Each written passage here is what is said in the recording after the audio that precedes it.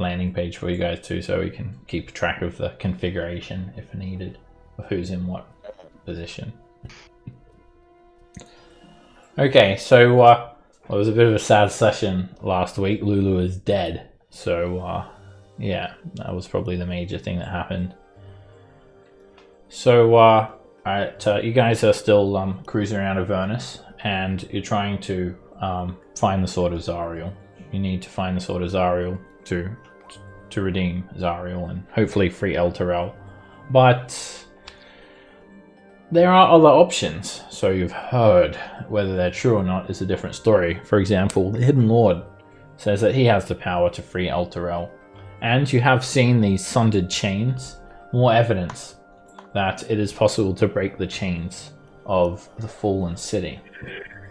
So, you need to think about exactly the path that you want to carve for yourselves through Avernus, the allies that you make and the enemies that you make, because ultimately the story could have a very different ending depending on what actions you guys take. One such ally that you have is Red Ruth. As she had left to get her, well, what should I say? It's not an annual, it's a bicentennial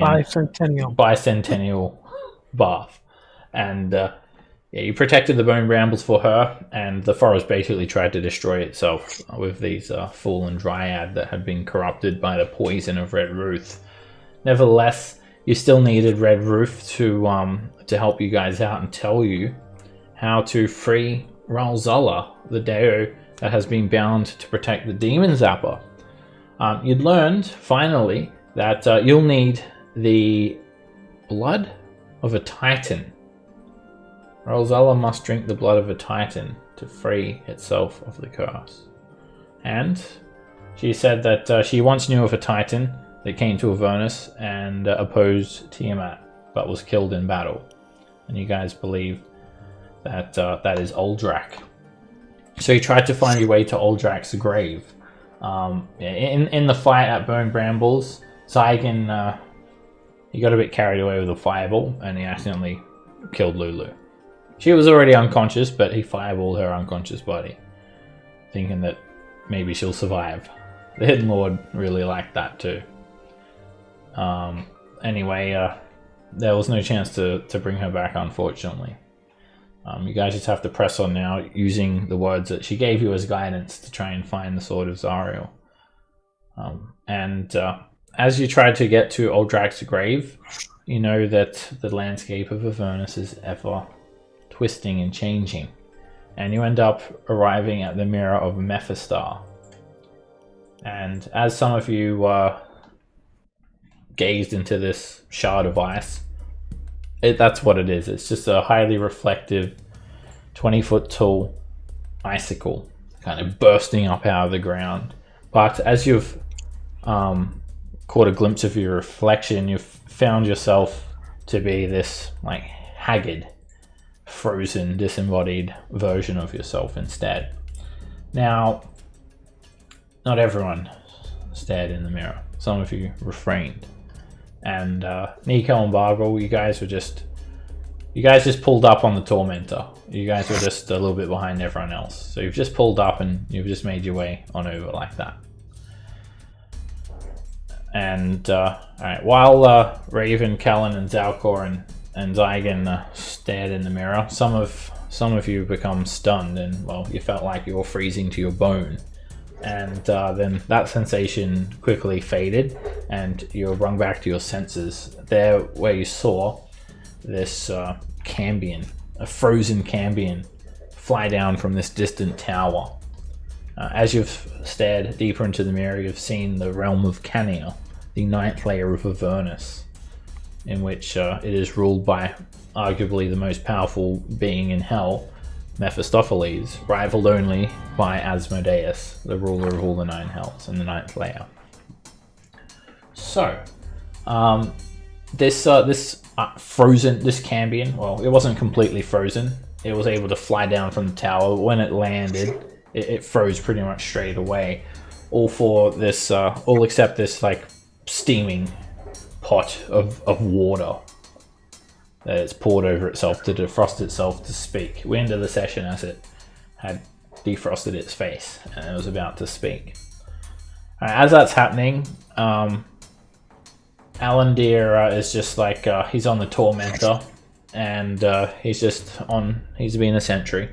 He's on the lookout, and suddenly Zygon, like, he just explodes, and you see this image of the Hidden Lord superimposed onto Zygon, and he kind of grabs his head and he lets out a bit of a roar. He lets off that fear aura, and if anyone tries to get to him, they will end up being basically averted by him.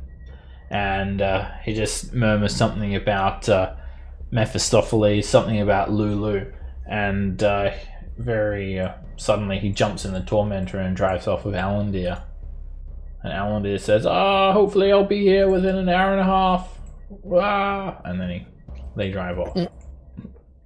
So that's what happens to those characters. You'll probably never see Alandir alive again, to be honest. Good. Hopefully you will. Okay, so Nico and Bargle, you guys have just arrived, and you do see this frozen mirror.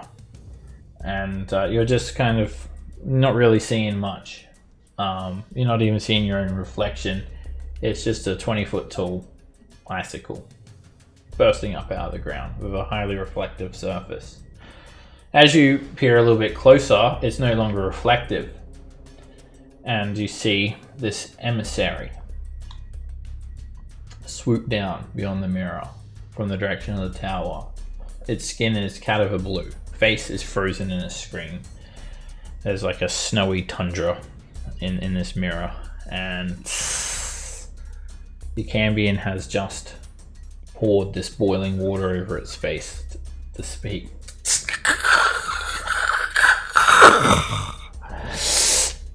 And when it utters its words, although it seems to be in this different realm, you can hear it as if you're only 10 or 15 feet away from the Cambion. I come on behalf. The Cambion freezes up again. Of Mephistopheles.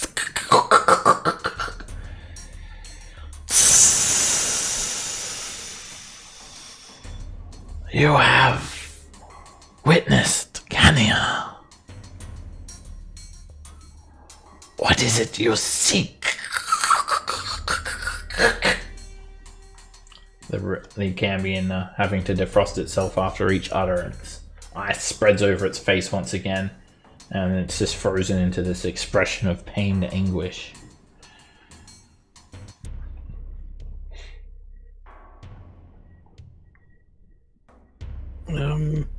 We seek to free Alterel from this lair of hell.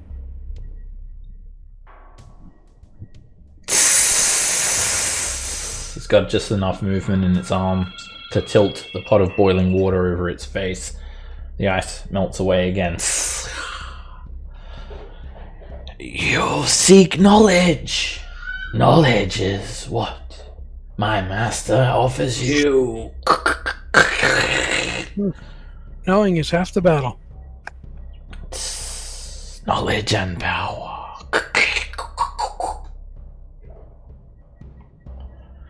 So you wish to broker a deal?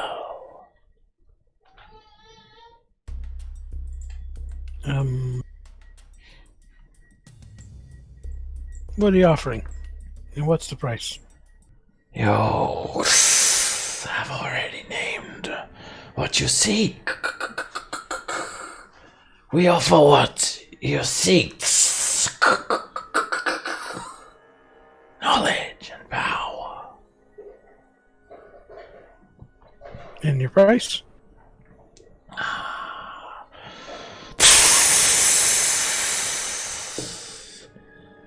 You must fulfill your end of the bargain, of course. You need to damn.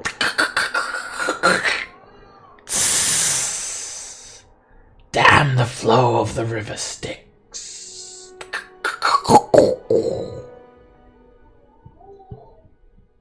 And how do we do that?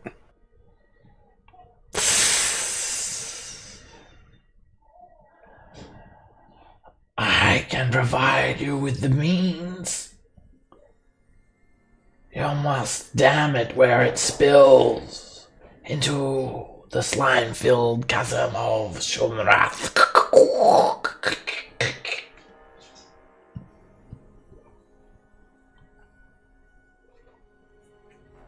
Okay, and what does that do?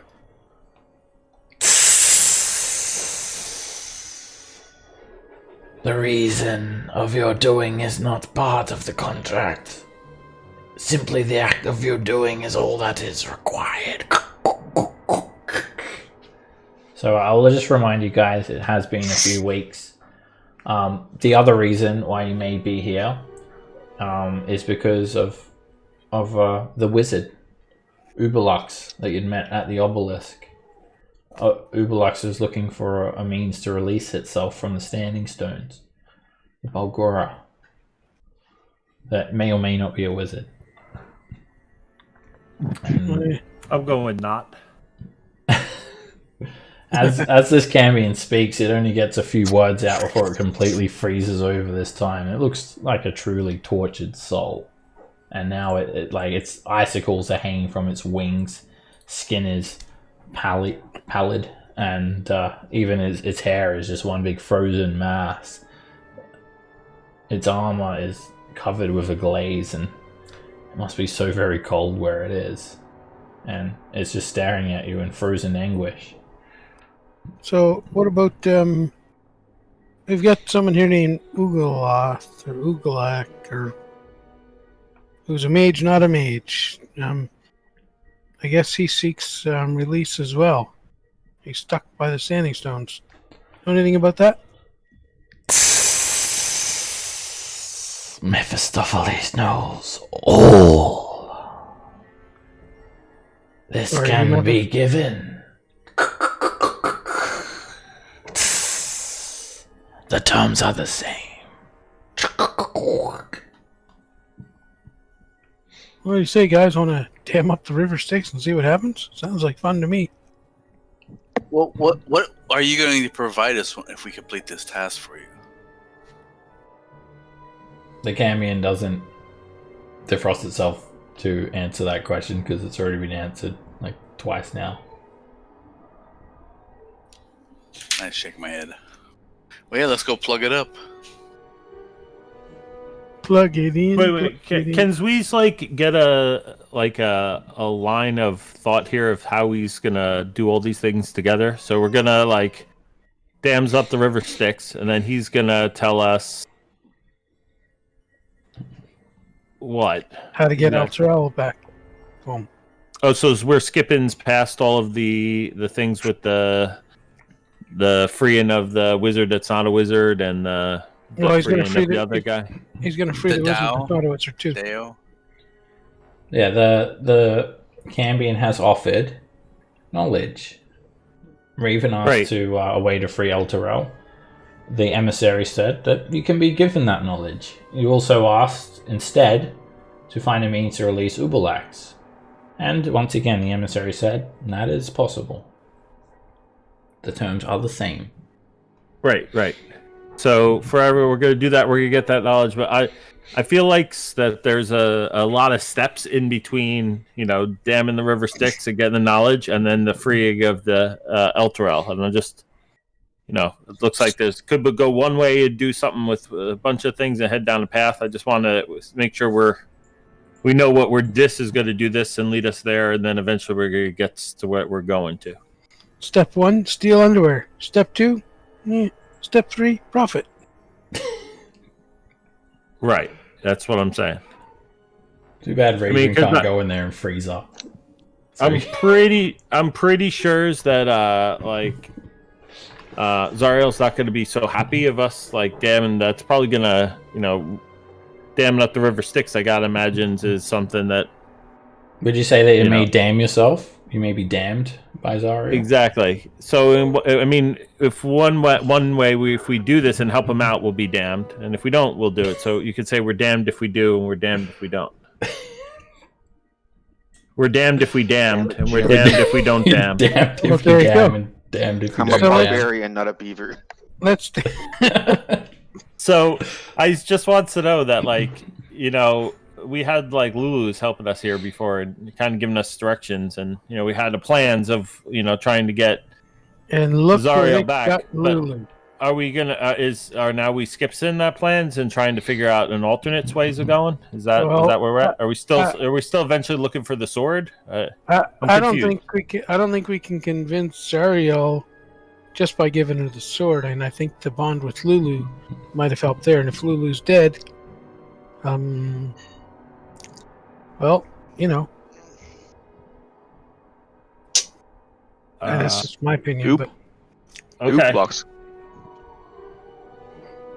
I mean, if we help with the Ublocks at all, what do we think? What does that There is get? there is an agreement that was made for the resurrection of Lulu.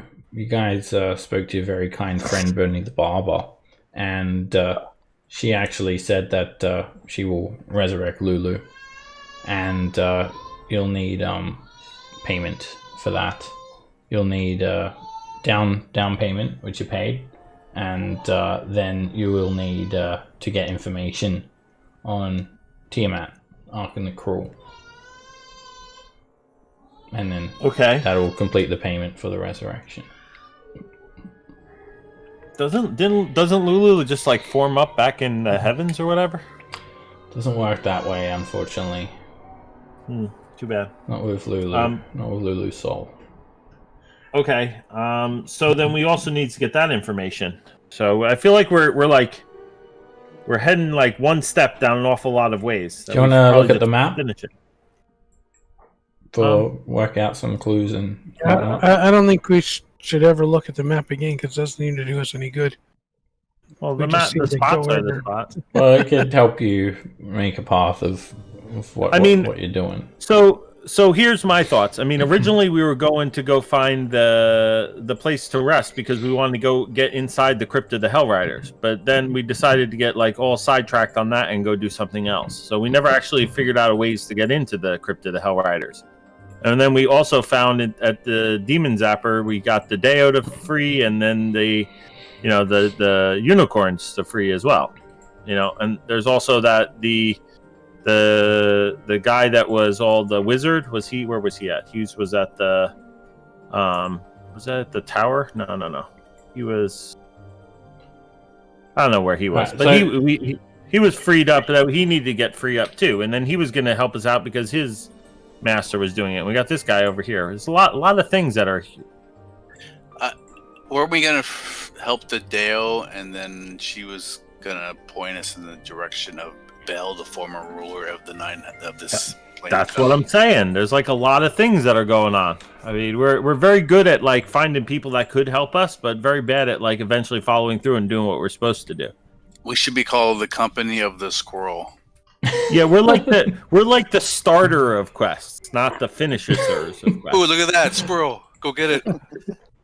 So It's like where you play a game and you do all the side quests, but you don't complete them, and then Yeah. you just complete them all really quickly at the Yeah. end, and you're like, "Oh, that ended quickly."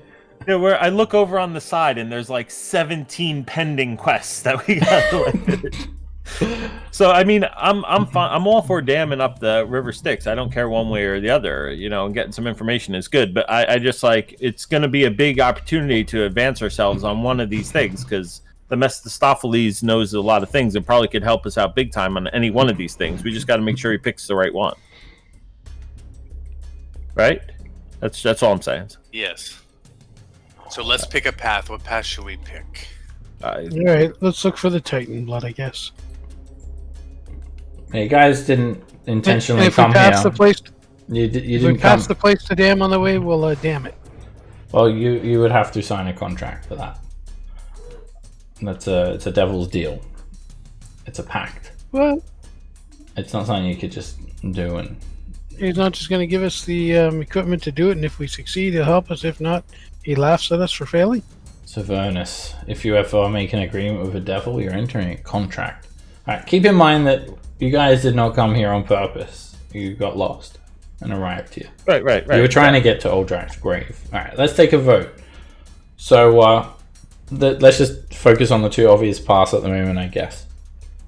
There is to work for Mephistopheles now, or to go your own way and seek Oldrak. So type in Oldrak or Mephistopheles. Bonus points if you can actually spell it right. Please. You can just write Mephistopheles. Mephisto for short. Whatever you want. Just M if you want. I call Doctor Strange. Alright, so yeah, Lulu is alive, but she's become very distant. And she's just remained at Bernie's at the moment because she's still suffering being brought back from the dead. Does that look right? Sure. Who is Aldrich again? That's right. Oldrak is Nice. the Titan that challenged All right. Tiamat. Yes. The blood thingy. Hey, maybe if we steal his blood, we can find out where Tiamat is and get some information on her too. Possibly. Yeah, so I mean that's a debt too that we got to go, and Alright. I'm actually more interested in paying that one back because these other people's are evil. At least she's good. But in any case, I don't really have a stake. I don't care, so I'll just. Alright, it's already done. Oldrak. That's Okay. The Cambion just defrosts itself to swear at you all. Fools! You would deny the information of Mephistopheles, the knowledge and the power! This will be your undoing. Don't worry, I'll write a play about him with lots of cats. And then it defrosts its wings enough so it can fly back to this tower. And you guys can jump back in Gorguts. We drive on after Zygon. Good luck finding him. Well, good luck finding anything here. Exactly.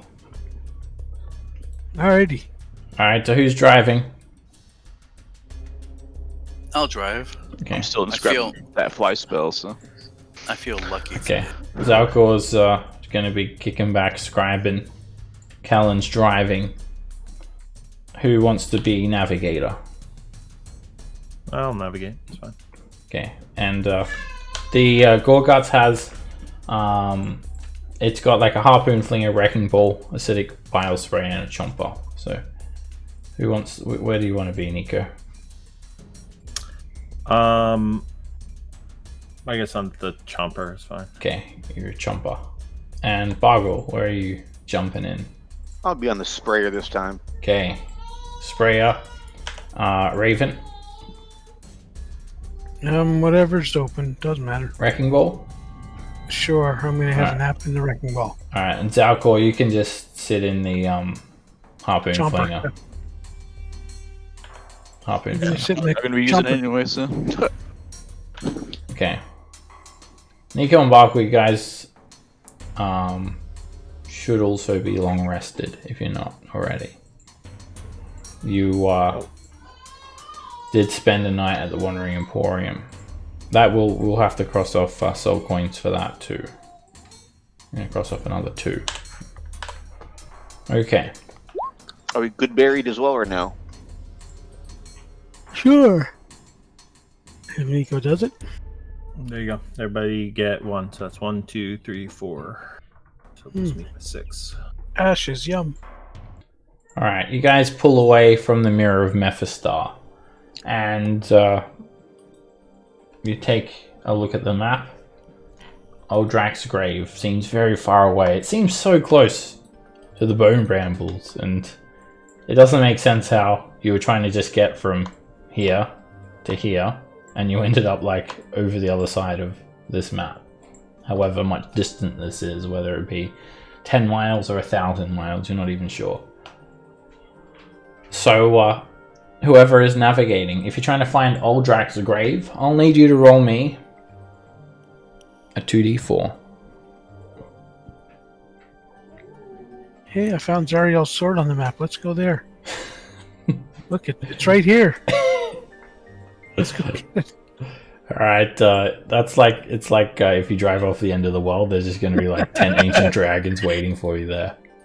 I get to see the turtle that carries the world on its back. Exactly. All right, Zalcor, you've got 5 hours up your sleeve to scribe. However, you guys are tired, and those of you that are not driving or navigating, you could potentially have a bit of a snooze now, because you guys are feeling like it's been a good day since you've last had a sleep. So if you are driving or navigating or scribing, you will need to make a constitution save for sleep exhaustion. It's tiring cruising around Avernus. Every step you take wears you down a little bit more. And you guys are dealing with the lack of sleep just fine.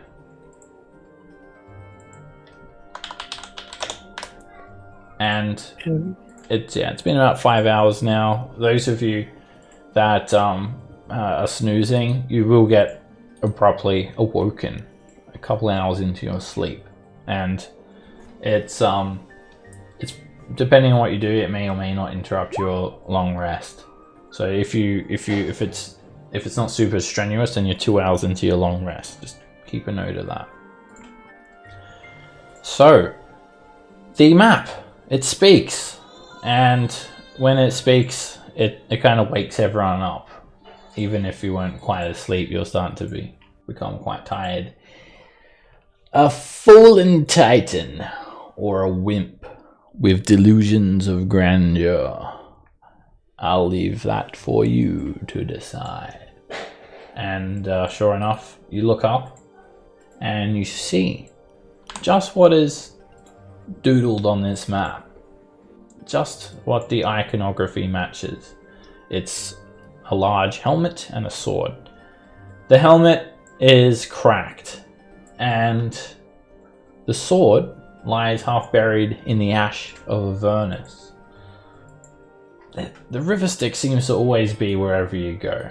Most of the time, there's a little trickle of it, almost as if you're kind of following the river stick through all these paths.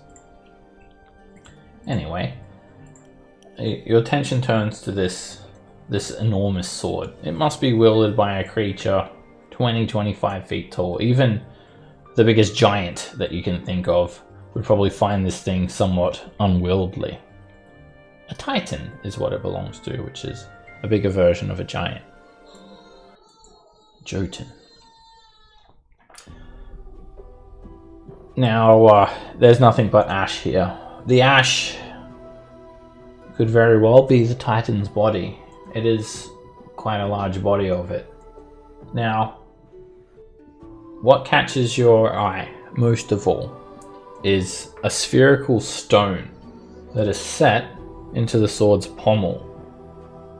It still gleams with a scarlet radiance.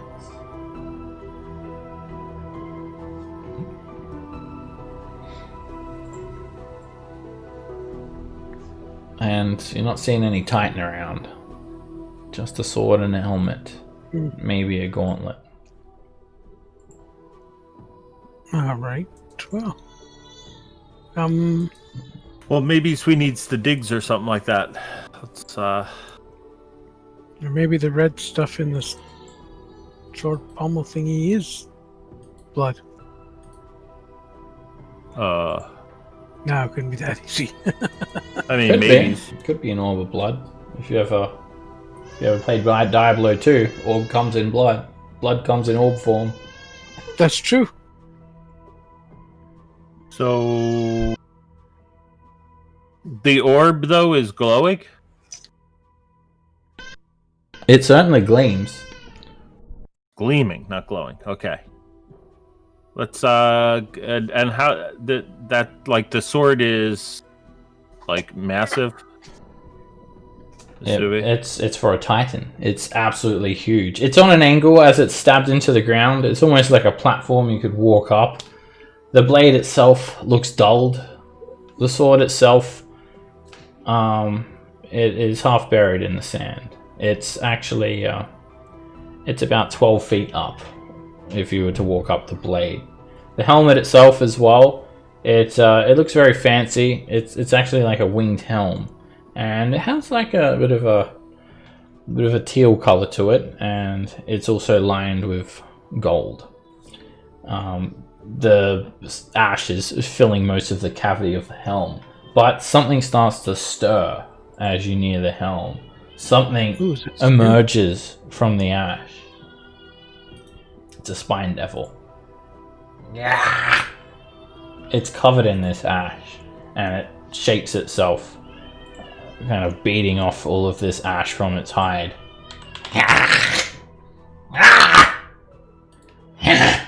And it just kind of hisses at you all. Food. No foods. What is? You wouldn't happen to have seen was it a giant, a titan? Titan blood? A titan around here somewhere? I need food. Give to me something. And now it just starts yelling in a completely random language. What do bone devils eat? Oh, it's a spine devil. What do spine devils eat? It's funny, I speak a random language. What languages do you speak? It's none of those. Okay. I speak gibberish. I learned from my 4-year-old. So, what do spine devils eat? Anybody's got any idea? They probably eat like souls or something. Meat. Anything. Oh. Please. And it starts to beg, and it kind of produces like a handful of this ash. All I have to eat is this ash. I got 19 rations left. I'll give them like There you go. 2 or Chuck 3. it some meat. Alright, alright, you throw a ration to it, and it kind of eyes you like a hungry dog. It picks up the ration and starts to pick through it. Ash! More ash! And then it yells again in this random language really loudly. I'm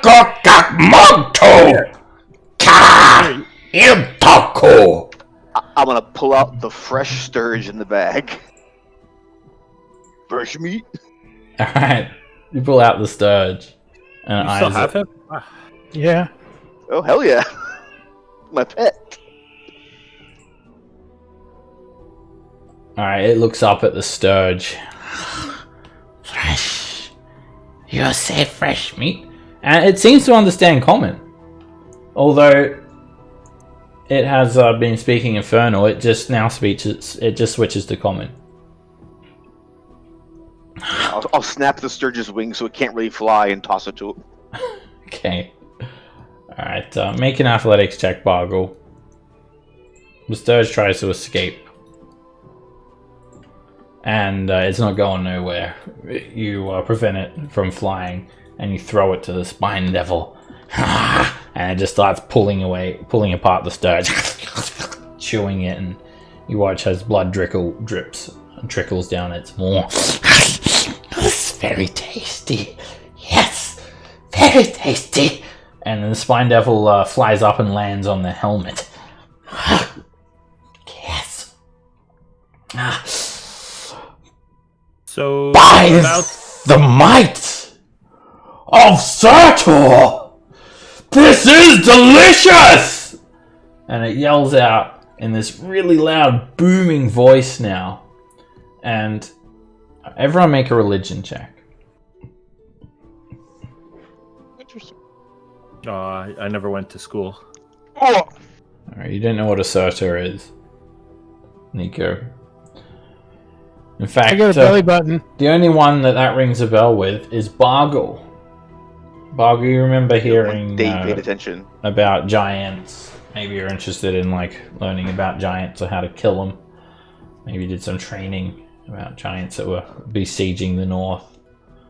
And anyway, you were reciting the different giants and their deities. And Surtur is the father of fire giants.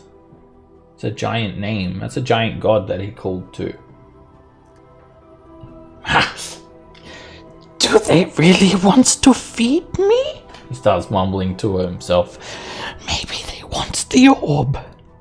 Maybe they want to kill me.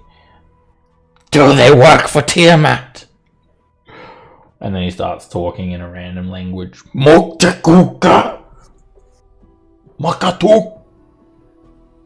No, we're not friends with Tiamat whatsoever. In fact, we're on the opposite side. She's probably not a friend of ours. Alright, I need everyone to make an Arcana check now. He does take interest into what you're saying, Nico, and he kind of perches up a little bit curiously at your words. Alright. Everyone except for Raven, who's not really paying too much attention, can figure out look at this bug. this must be Uldrak. He must have been turned into a fiend at the defeat of Tiamat. He is now a spine devil. He looks pathetic. He's no Titan, that's for sure. Do they want to fight Tiamat? Maybe they can win.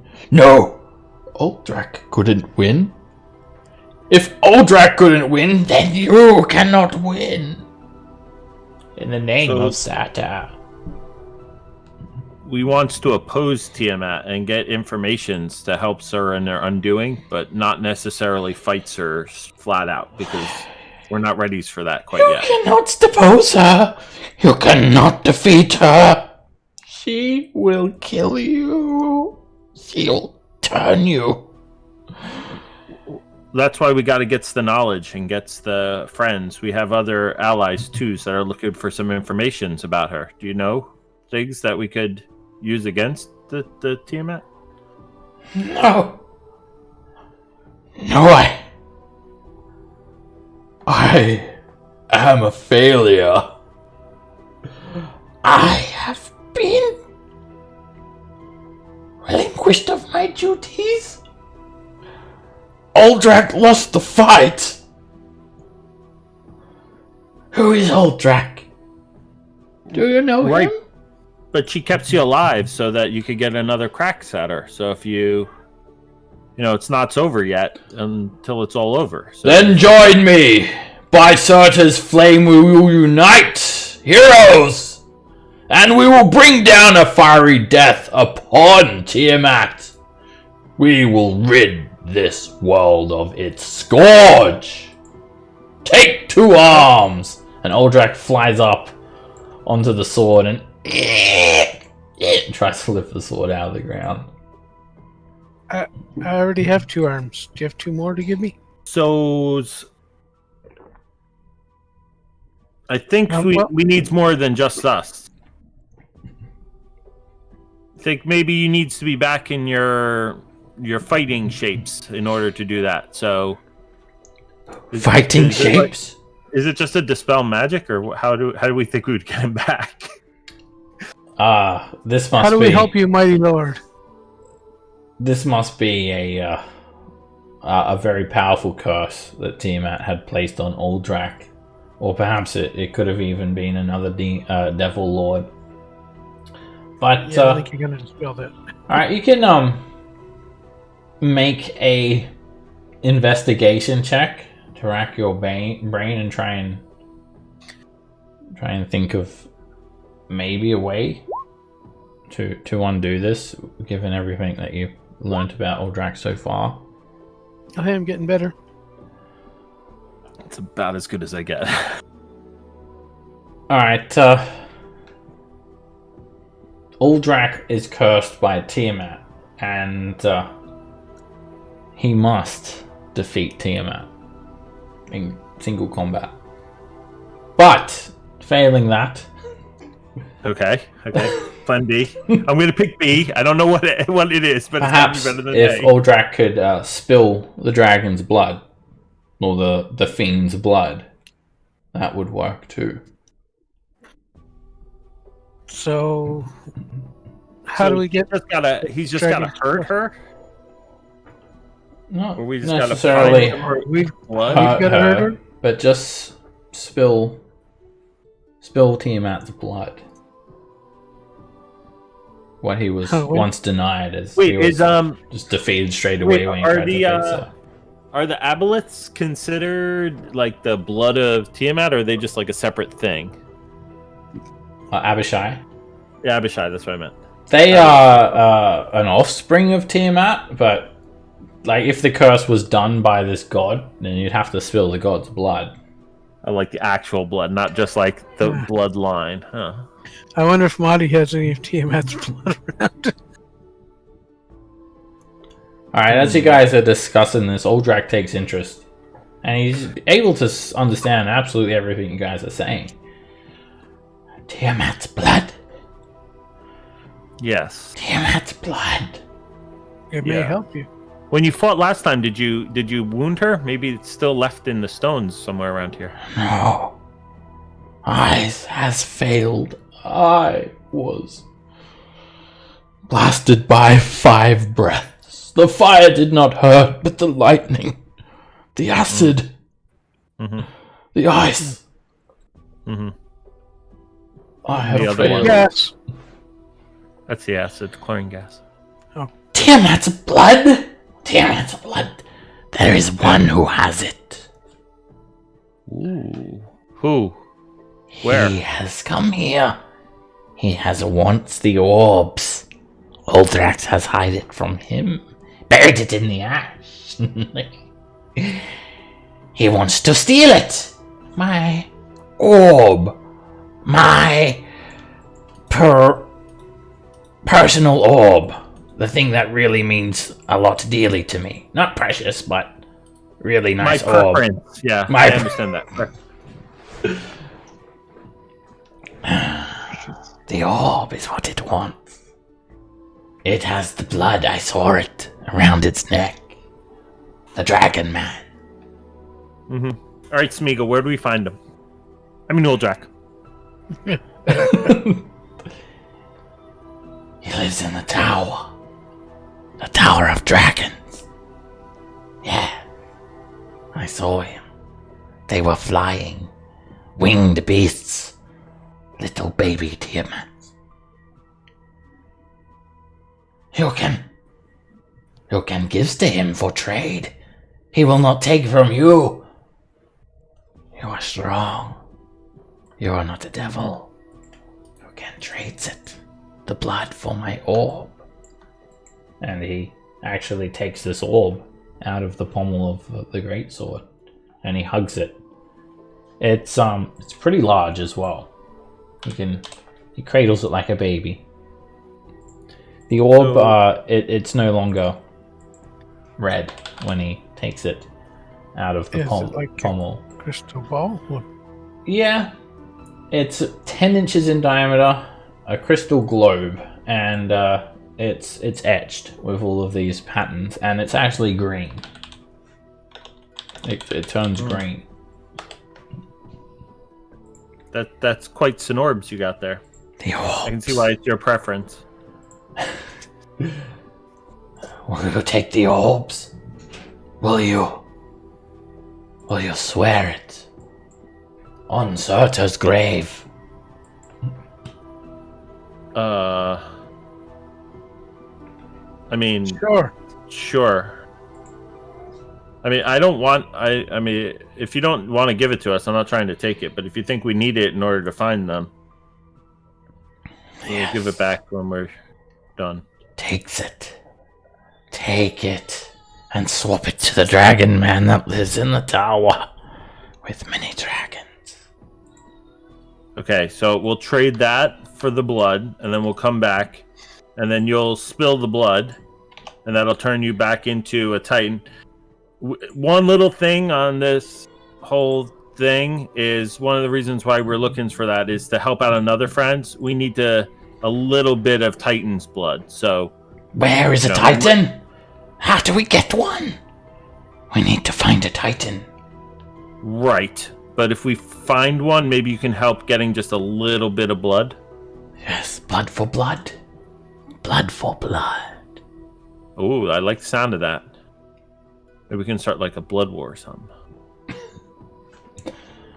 Alright, he gives you Is the there a orb. tower on the map? Some tower? Something named tower? It's a magic orb, and it needs to be identified. And you take a look at the map, and this is what you see. Tower. Tower of Erm. Top left, Archon's Tower. Ooh, Archon's Tower. There's 2 towers. Which tower do we think it is? We've been to the Tower of Erm. Tower Erm is where Mordenkainen lives. Oh, yeah, right.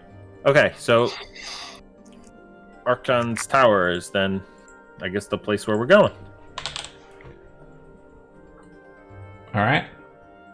With that, you just see Uldrak, the failed Titan, sink back into the hollow cavity of the helm, burying itself in the ash in a very sad state. Let me put this on the loot sheet. Alright, whoever wants to navigate, you guys happy to go to Arkan's Tower? Yeah, try.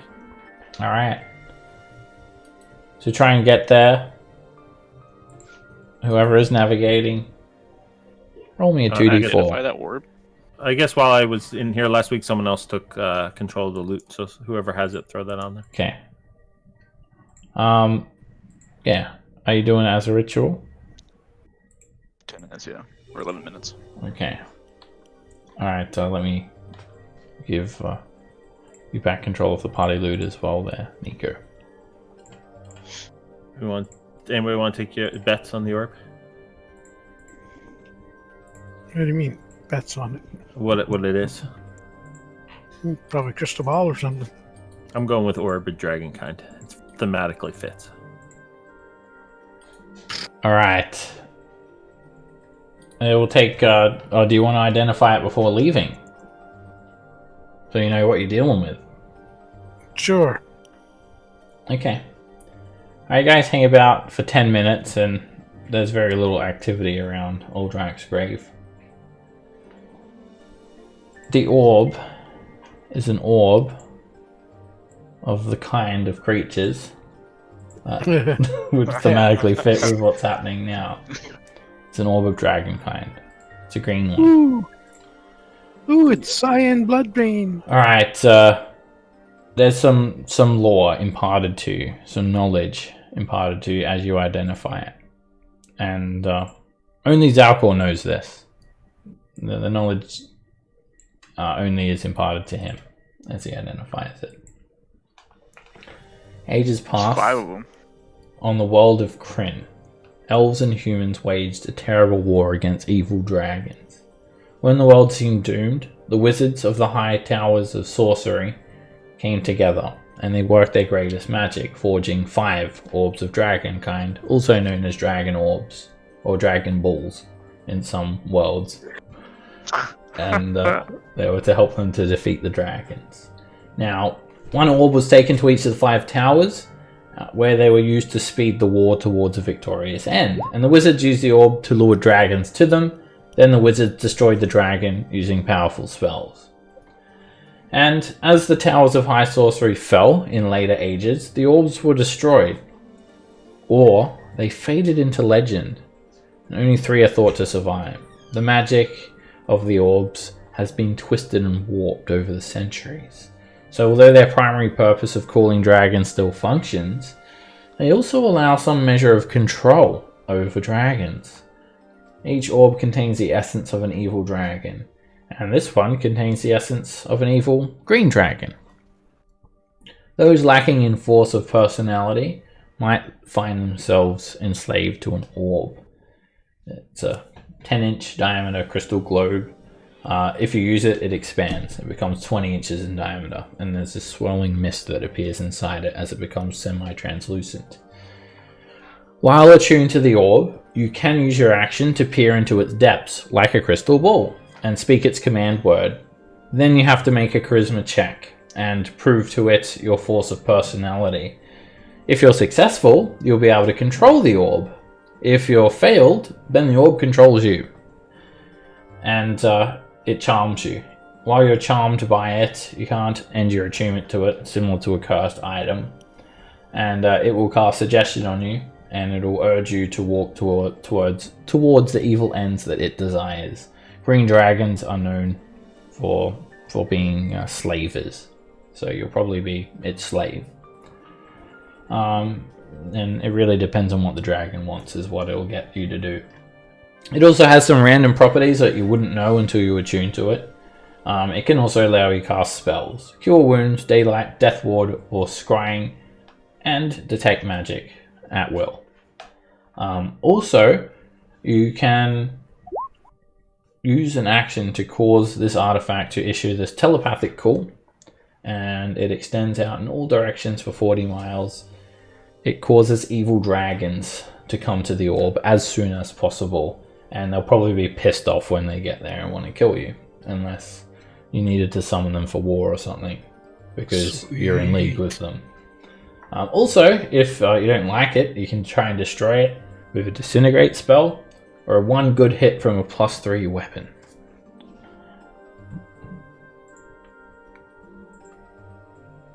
Does that release the dragon in it? There's no dragon in it, it's just their essence, like it's basically their soul. Oh, okay. But yeah, it would destroy their soul, which you So guys it's a dragon soul coin. Yeah, you guys are pretty good at destroying souls. So, oh yeah, kind of. Put it in one of the cars. Yeah, what happens? It's too big, doesn't fit. So, why are we, another thing that was on here when I went to go put the loot was that if we can get information on Arkin the Cruel, that looks like he would probably be at Arkin's tower. No, It makes sense. That's ridiculous. Different Arkin. Different spelling. No, yeah, it's definitely his tower. Yeah, that's Arkin Asylum. So, I mean, who was that with that wanted information on Arkham? Bernie the barber. That was last session. She wants it in return for resurrecting Lulu.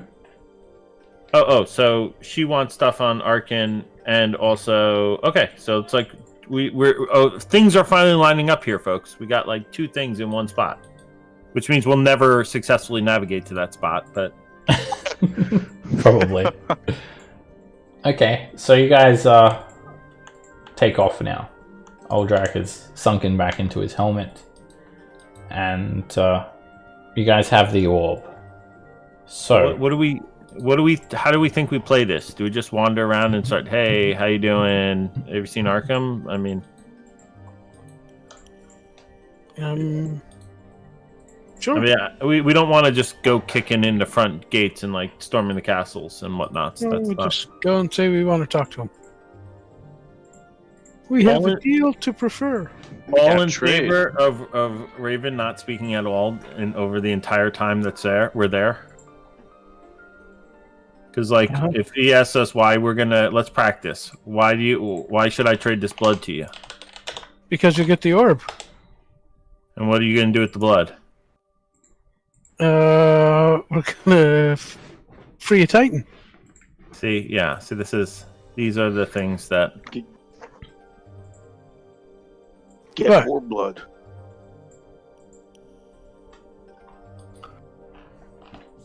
like they don't need to know. You could just say you don't need to know that. Oldrak You don't need to know that we're gonna use that blood to get more blood. just wants you to trade it for the Tiamat's blood that Arkin has. Yeah. Alright, Okay. who wants to try and navigate there? No, I mean, I can navigate. Alright. It's a 2d4. No whammies. Usually, It's whammies. that's what. It's that's usually a whammy. whammy. It's whammies. Alright, you've got another 4 hours of spell scribing there. You guys don't have to make any more sleep checks. Feels okay. Gorgut's getting a little bit low on soul fuel. Does anyone want to attune to the orb, or does anyone want to do anything with this orb while you're at it? Well, we're gonna trade it, so there's not much point in attuning to it. Fair enough. Okay. you guys are you don't arrive at Arkan's tower. Of course not. That's the first thing. Alright, so the cartographer speaks though when you arrive at this next location, and you see something pretty insane. This is what you guys see. Is it a horse drinking whiskey? It's even more insane than that. What the hell is that? Alright, the cartographer says, the flying fortresses of Avernus need fuel. And what better fuel than the souls of the damned? I guess. I wonder if we can And- charge up the machines with that. Maybe. There is a massive iron structure. It appears to be a pair of docking arms. It straddles what looks like a lake coming off the river Styx. This lake is blood, souls, and lava. It's concentrated, and it looks thoroughly wicked. And the docking arms, they have these like sharp spikes that seem to be sucking up the river Styx in like a vortex. The vessel that is sucking up the river Styx kind of looks like a giant sword blade, really, with the tip floating above the ground. But this thing is actually docked, so it's on either side of like this little lake of the river Styx. And it's a gigantic citadel. It's made of basalt. It's moored at the dock, and it just thrums as screaming souls from the river Styx are drawn up into it. It's a constant hum of scream and torture. There is a very high level of devil activity here. There's a horn devil that is just chilling out on this teleportation circle, and there are about 12 barb devils in 4 groups of 3. They're on patrol. They're marching. They seem very disciplined. 3 of them stop you. 3 of them are looking out over here, and 3 of them are over across on this little island. And 3 of them are behind this wall of fire. So this is obviously a wall of fire to say this is an outer bound zone. The wall is 20 feet high. You can see through it, but it looks hot. And there's also 3 bone devils patrolling the flying fortress. They're buzzing around like giant flies, hooked pole arms in their hand. They don't cross the threshold of this out of bound zone, no-go zone. As you guys approach, the barb devils confront you all, and like they basically halt the vehicle. And before they say anything, the horn devil, it's a very slender, 12-foot tall, muscular devil with gigantic horns. It holds out its hand, and it speaks in Infernal. Hold! Hold! Hold, hold, hold, hold, hold. Leave them! Surely they're not foolish enough to attack Zariel's flying fortress. Do you speak Infernal, creatures? It yells out to you all. I do. Oh, yes. Ah! Then, come over here. Pay no heed to the flying fortress. If you leave it alone, it will leave you alone. The barb devils will allow you passage. Your vehicle looks very fine. Perhaps it could look even finer. Come, let us talk. I have work for you all, if you're lost and looking for it.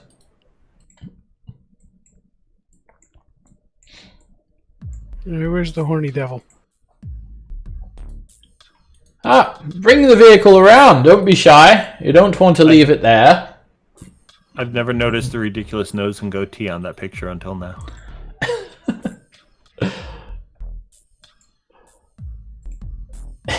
So's what? Yeah, I mean, we were just driving through, and we just saw this thing. Wonder what was up on here. But you said you can do some improvements on our rides here. Of course. My name is Basilstein, best mechanic in all of Avernus, most experienced, expert in magic gadgetry. Wow, that sounds... Do you see that piece of work? And he puts his hand up and shows you, points to the fortress.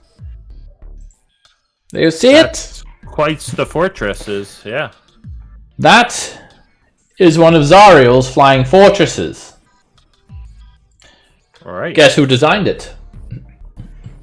Sorry. Some genius. Of It's course. amazing. It was a genius. It was me! I built this foolproof flying fortress. Well, that one's foolproof at least. Alright, I must admit, it took me a few tries to get it just right. But this one has not ever crashed. It cuts swathes through demon hordes. Zariel's right up there now. She'll probably kill you if she sees you, so I suggest staying low. You designed those chains too that like hold those things down? No, that was not me. I am more interested in mechanical contraptions. Chains are just I rudimentary. bet that flying fortress could cut through one of those chains like no problem. I'm sure it could. Ah. But I'm not interested in chains. I'm interested in some warm bodies. And you're looking warm and butterful. Gee, thanks. Oh. Now, that is some very fine gilded armor you have on Gorguts, but wouldn't you prefer something with a little bit more oomph? Perhaps another upgrade. Like what? You name it, I've got it. That's a nice acidic bile sprayer you have there. A harpoon flinger is... That does work. That the bio sprayer, I'm very happy with that. That was a great... How about flying? Now, it's all good to spew bile at people, but what you really want to spew is River Styx water. If you've found yourself in an awkward position and, well, you'd rather have one of your companions forget about past events, spray them down with some River Styx. Their memories will be completely wiped. They'll never knew anything that just happened. Alright, I can see that's not selling you.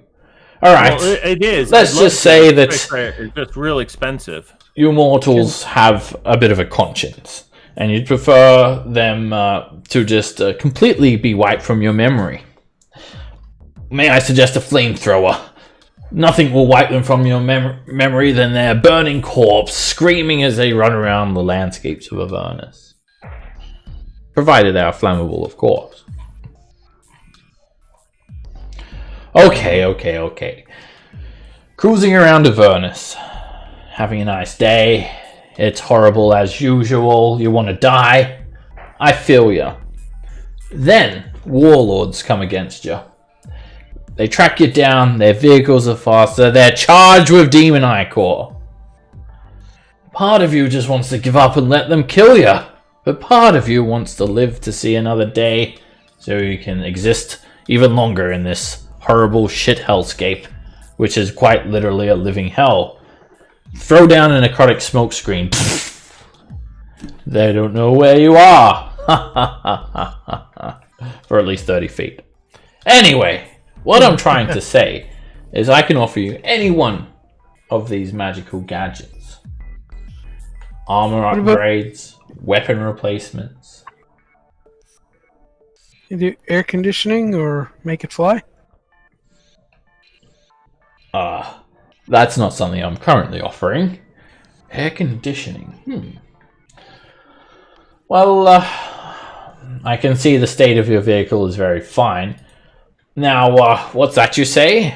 You don't have enough soul coins and it's quite expensive. Well, never fear, because I happen to need some people to test out one of my latest inventions. Would you be interested in becoming a test subject? What's the invention? What's the invention? Ha! Ha! Ha! Ha! Ha! There's no point me explaining it to your feeble minds. I best just show it to you.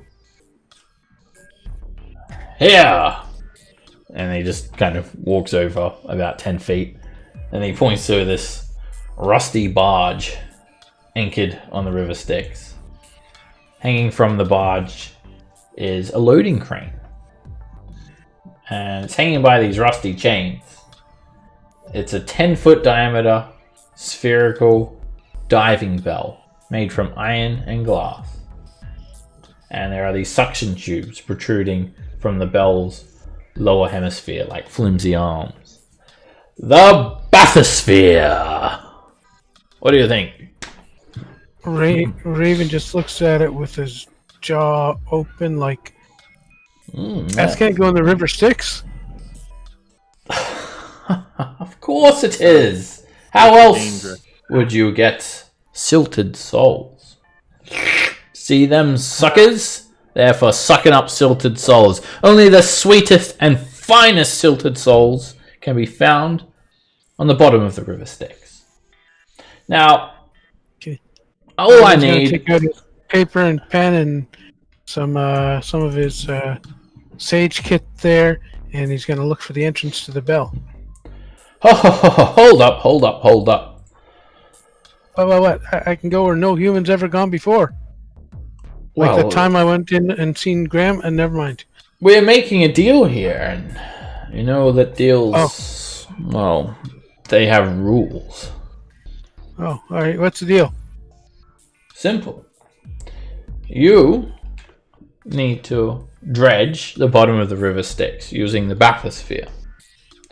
You need to suck up as many souls as you can.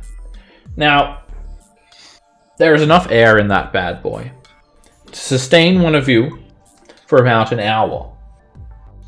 But I'm not going to just risk your lives. You are mortals and expendable, but I pride myself on my work. It's airtight, it's watertight, and I'm only planning on submerging the bathysphere for 10 minutes. So even if there were 4 of you, you'd still have plenty of time to spare. Now, I'll even sweeten the deal. There are some control panels in there you'll be needing to suck up these silted souls. Whoever can suck up the most silted souls gets a free soul coin as well. And in return for this glorious deed, I'll promise you any upgrade of your choice from the aforementioned list. That is the deal. You had me at going where no one's gone before. I knew you'd come around. Excellent. So let us enter into a deal, shall we? Now, even if something happens, they get the upgrade anyway, right?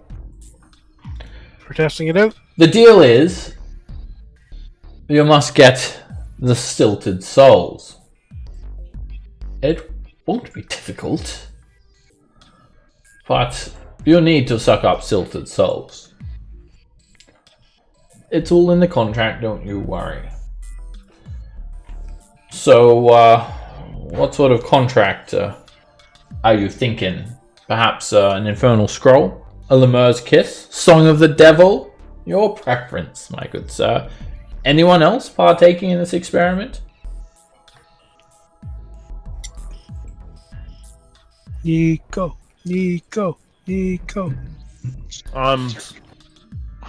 It's how deep is the river Styx are we going into? Oh, here? It's not that deep. It's about 30 feet. Maybe 40 at most. There's 50 feet of chain. More than enough. All right, I'll goes. I haven't made a truly terrible decision recently. Well, before you jump in, we need to make the contract. Oh, I hate contracts. So, Song of the Devil, Lemur Kiss, Infernal Scroll. Oh, don't tell me you're one of those boring old written in stone people. What do those mean? What do you mean, what do those mean? Have you never made a contract before? Well, only with Mahadi, and it was only sign here and you get to stay. Alright. We'll do Kiss of the Lemur. And Be gentle, it's our first time. he I'm not kissing an animal. he sticks his fiery trident into the ground. And a lemur, this disgusting mass of purple flesh, it's like just teleported straight in here on this teleportation circle. It moans. And it is printed in glowing runes on its lumpy flesh the terms of your contract. And Basilstein presents the lemur to you. You're happy to inspect it.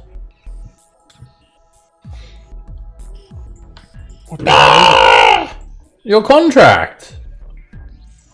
All right, Nico. You carefully investigate it and to see if there's any hidden clauses, and it's all above board. It's straightforward. You get Silted Souls. He gives you the upgrade. Simple. Okay. Are you happy with everything? Excellent, excellent, excellent. And then he goes over and he grabs the lemur and he picks it up. He gives it a big kiss. And then he holds it up to you. Go on! Sign the contract. Whether I just kiss him? Yes. Tongue or no tongue, up to you. Or you can try to suck his silt. I'll kiss him. Alright, you kiss the lemur and it just kind of screams. Excellent. Drop a little in my mouth. And you! Yeah, you get this like pink slime on you, Nico, and it's everything you could imagine and more. It's all gum. Now, will we be able to see like the top sides while we're in there? There's glass panels. Of course! I'm not sure what the visibility down there is like. I've never been down there myself, but I'm sure you'll be able to see. Anyway, you'll know when you hit the bottom. There'll be a bump. Hit the bottom and start sucking. Now you, good sir, you need to suck this lemur's face. Why? Only one of us needs to kiss it to sign the contract. I'm afraid I cannot permit you inside if you have not signed the contract. Well, can you, just gonna take out some paper and a pencil. Can you please tell me the density of the river Styx? Oh, density? Oh, it's not dense at all. It's kind of just like what you mortals call water. That stuff. Water. All right. It's just the mass over the volume. Come on now. Sphere. Don't mess me around. I'll summon this lemur here and don't keep me waiting. What's the integral strength of the metal and the glass? You can do some calculations and make sure it's going to hold. It's made of infernal iron, my good sir. Yeah, but I've noticed other infernal stuff seems to... The glass is made from crystal. Oh, what kind of crystal? Infernal crystal. Jesus. Can I bring my dog with me? Is there other sorts of crystal? If All right. I can add an extra line to the contract and include your dog if you like. He's not a real thing. I just create him. I just feel better. Oh, well, I'm going to have to ask you to sign the contract if you want to go inside, otherwise, Yeah, I did. whether they're not real or not. Alright, he holds out the lemur to you. Big old French kiss. And it just basically puts its entire mouth over your face. Well, I grope his butt, too. As that happens, Raven, something actually happens to the lemur now. It Changes into a frog. turns into a stone statue with the dill still visible on the surface. Oh. And it's actually attached to your head now, so you can't get free. It's like it's on your face, but it only stays there for a brief moment. It disappears with a little whirlwind of fire vanishing from view. All right, let me just bring this around. All right, he jumps in this like barge / little crane operation chamber, and he brings the glass canister around. And there's just a circular hatch on the top of it that you can jump inside. And he seems like he's going to be operating it. All right, looking inside, there are 4 seats. They're made of very angular black iron. They don't look very comfortable. But there is actually some pedals and some levers. And he just says, just give them a go, try them out. And when you press on a pedal, it kind of just moves the arm down. And then when you press on another pedal, it brings the sucker arm back up. And when you hit the lever, it moves it left. And when you move lever right, it moves it right. And then there is one button. And the button is the sucker button. It starts sucking up whatever is on the other side of this funnel. And then there is another button. It's a big red button, and it says "Do not push" in Infernal. Now, don't push that button, whatever you do. I don't know how Nico feels right about now. All right. What's that button do? Are you inside? We know. Are you comfortable? Don't press it. Okay. Whatever you do, do not press that button. What button accident is there? A button that like opens, it lets us out? I'll let you out when you get up in. Are you ready? I'm going to seal the hatch now. Communicate with you while we're down there? Oh no, it's airtight and watertight. It's also soundproof. I'm going to close the hatch now. And okay. And then like you're just you're shot out from. Maybe you should design that all outside noise, and then you're just in this cramped chamber with Raven by your side. And then Basiltine, he takes out these black goggles and he puts them on, and he starts to concentrate, and he's working some sort of special apparatus himself. All right, he says, and Raven and Nico, you can see everyone outside, and all right, we're going to go over to Kellen, Bargle, and Zalcor. All right, what are you guys doing while this is happening? I just cast a gift of alacrity on myself again. Okay, do another gift of alacrity. That'll give you 8 hours. Okay. But you guys just chilling here and watching? Yeah, I'm just wondering how we got scrolled. Yeah, for the most part. Just watch how he's operating the thing, so in case you need to fetch me. Alright, I'm in here with you. So you guys are just watching. Alright. He announces the test. Alright, and he just makes some notes to himself. Bathysphere test run 221, he says, and he lowers you guys down into the river Styx. 221. And it's very nervous. Here's hoping it's better than the first nerve-wracking, 220. I should say. You don't hear that. But you guys slowly lower down, and you see the hellscape of Avernus start to disappear from view. Everything takes on a distorted red hue, as if you're looking through water, because you're now submerged in the river Styx. And as you guys get lower, you can only see out by about 10 feet. You soon lose track of the surface, and there's just like a red translucent water all around you, and suddenly something very, very quickly whooshes by you. It's so quick you didn't quite catch it.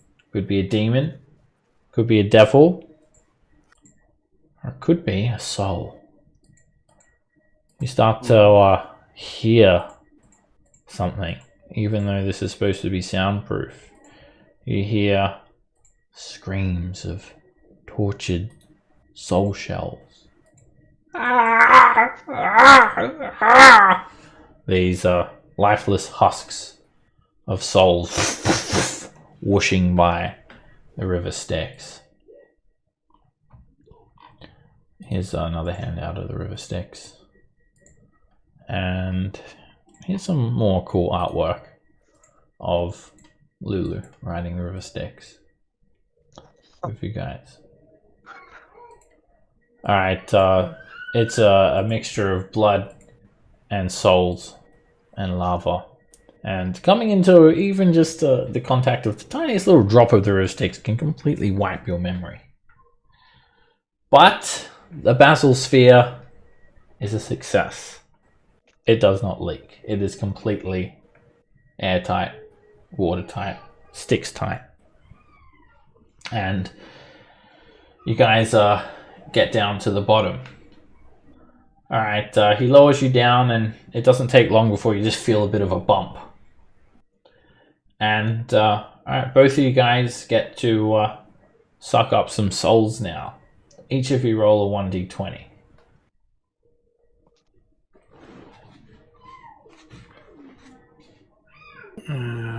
Righty. Alright, you're just getting used to the controls right now. Keep a tally of how many you've sucked up. Nico, you've sucked up 7, and Raven, you've sucked up 8 silted souls, which is basically a murky mud on the bottom of the river Styx that holds people's souls in them. Alright, so you're just starting to get used to the controls now. You've sucked up a few. And now you're using the siphoning tubes. You're getting a hang of them to suck up more of these silted souls. And now each of you make a dexterity check.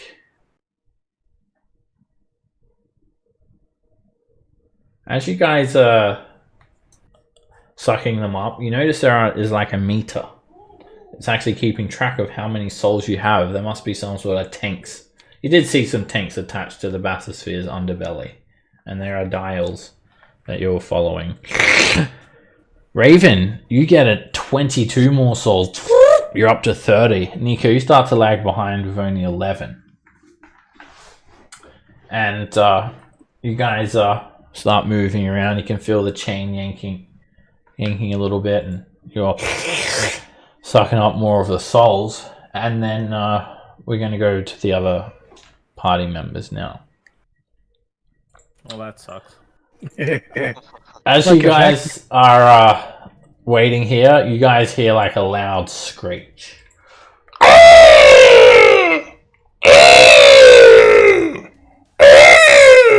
And you look up to the cloudy ash sky of Avernus above, and there are 10 Vroks swooping down, an army of them. Massive, demonic vultures. Almost sound like Lulu screaming. Alright, we're going to roll initiative.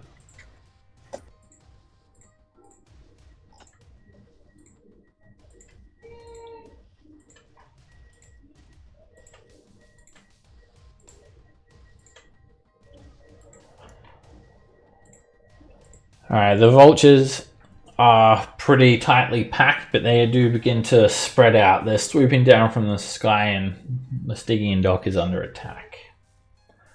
The Barb Devils, they goad some of the Vroks, and they spread out.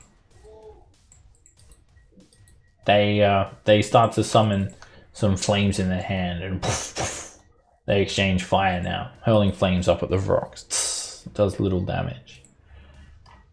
Callan.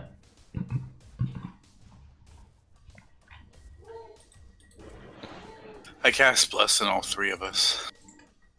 Alright, Blessed goes up, plus 1d4 on attack rolls and saving throws.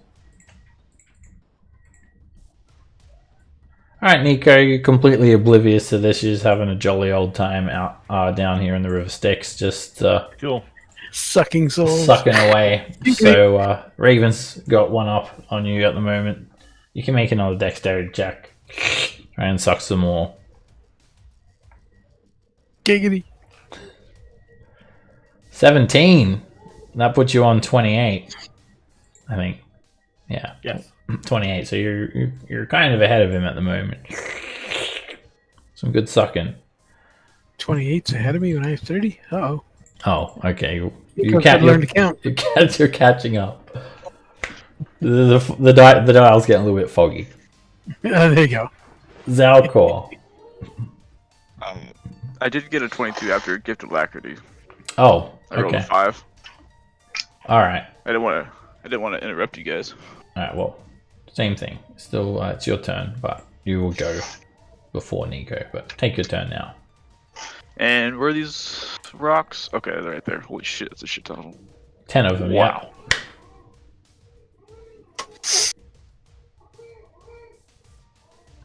Who's in the acid sprayer? I think I am. Margle is. Okay, I am. okay, just making sure.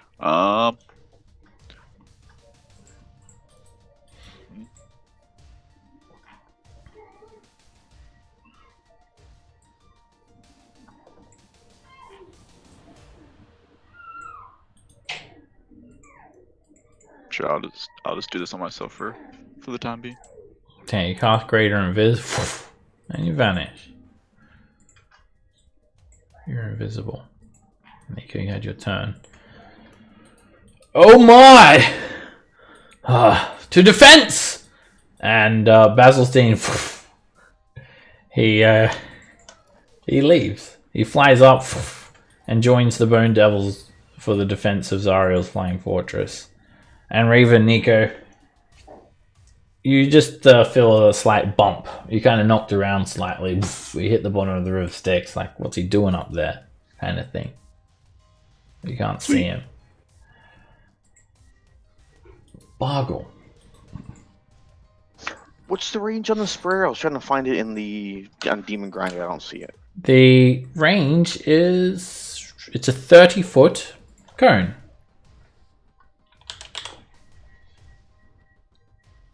Are the rocks within? Is that real? So they're within a number of them within 30 feet. Yeah, you can get whatever's you can get in 30 feet is close enough to. Okay. I've So got I'll a do the template where for it. one side is straight down. All right, so yeah, there's templates for these. Yep. There you go. You want it like that? Yes. Okay. Yeah, they've swooped in quite low because everything's on the ground here. So Good roll. they just you just turn the sprayer and just start spewing the acid all over these rock. They let out loud screeches and they all make dexterity saving throws. DC is 12, 54 acid damage, half on success. Some of the rocks get quite badly melted. Some of them resist. All in all, the ones that failed, they're actually bloodied. The acid eats through their flesh, ichor drips down through the river Styx, and some of their feathery furs are just disintegrated. Or feathery wings are, I mean. Did quite a lot of damage. It causes the rocks to disperse. Screeching in agony. Shazam. Alright, Raven, you're just a little bit of a bump.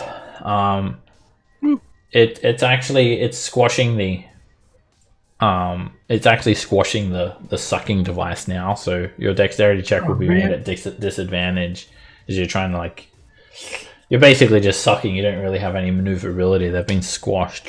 You only get 6. You're still ahead of Raven.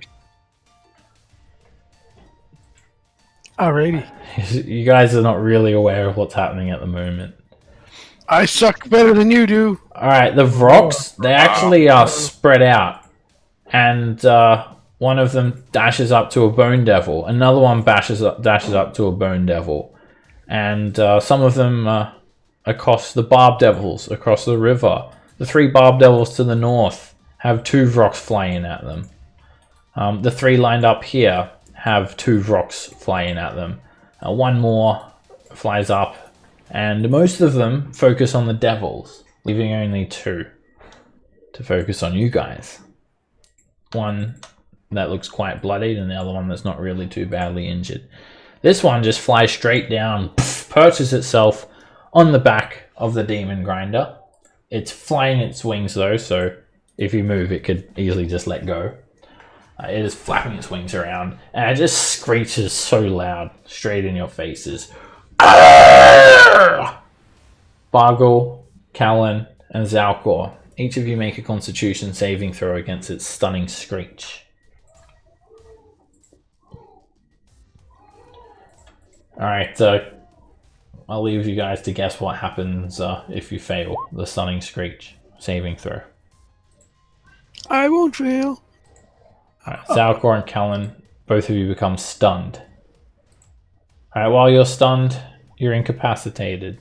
Wait, Oh, don't you guys have your bless? yeah, you better take that. I was just about to say that. You better take that 1d4. It may be the difference between succeeding or failing. Mine was exactly right. Alright, you're actually good then, Callan, with a 14. Alright, Zalcor. Thank you, Timora. Thank you.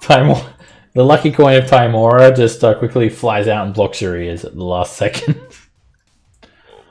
Alright, Zalcor, unfortunately, you are stunned. You're incapacitated. You can't concentrate. Luck. Okay, alright, roll for a lucky. Jesus fuck. It's still a failure.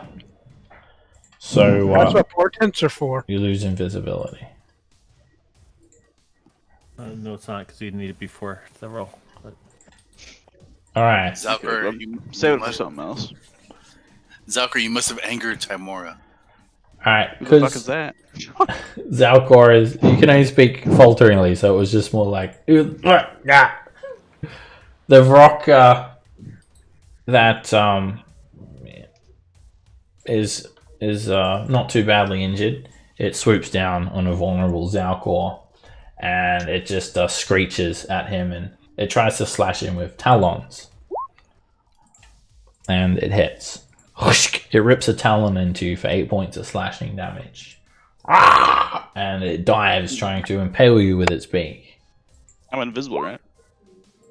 If you're invisible, that means its attacks would be at disadvantage. But you're not. You're stunned, so you lose concentration. If you're invisible, it still knows where you are. It just can't see you. But you're not invisible anyway, unfortunately. So you hit for 8 slashing damage, and then you're hit for 11. And yeah, it has advantage on its attacks too. Alright, at the start of this round, a Glabrizu, it bursts up from the river Styx, and it jumps on the bathysphere. It leaps like onto the apparatus with its mighty pincers.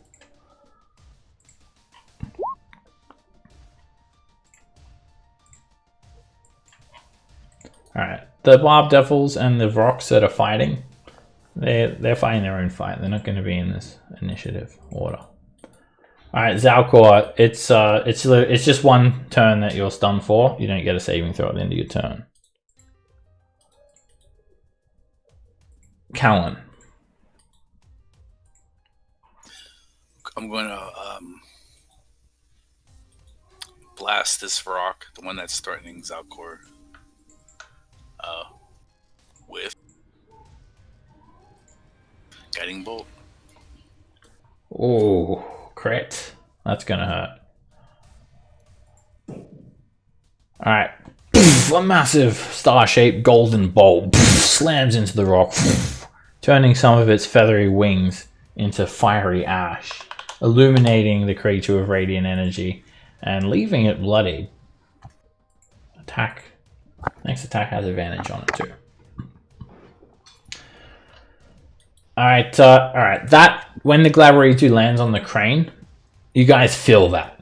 The entire bathysphere, it just kind of lurches forward, and you'll need to make a strength saving throw, Nico. There's no seatbelts on this thing. Save, you said, or check? Strength saving throw. Alright, you go like upside down in your seat. You go like awkward. It don't hurt. You don't hurt yourself, but you Your arms are where your legs are. Avoid the red button at all costs. You don't hit the red button. Your arms are where your legs should be, and your legs are where your arms should be. You're all upside down in your seat, and you can just get back into the seat properly.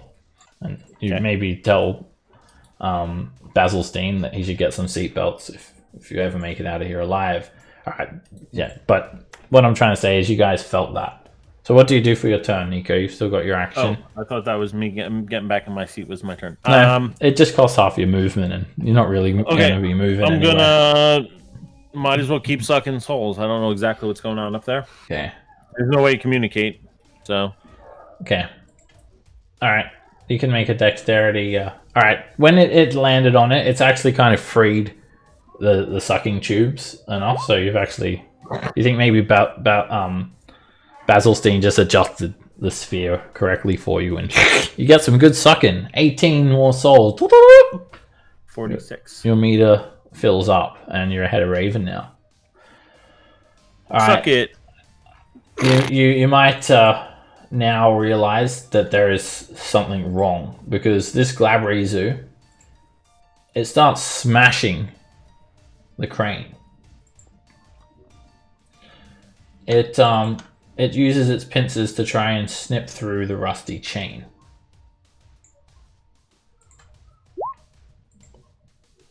You guys feel it tossing around the sphere. It does not pierce through the chain. But it's got big pincers, this thing. Boggle. Alright. Question, was that reroll for the acid sprayers? Are the acid sprayers still viable? Sure. That's what I made it for. Yeah. Well, That's burn what this rock once more, just straight, like, directly in his body. Yo. Okay, you just spray the rock in the face. Ah! It tries to dive out of the way. They're pretty agile creatures. The 20 acid damage that it takes still causes considerable damage to the rock. Its flesh is melting away, and it looks very badly damaged.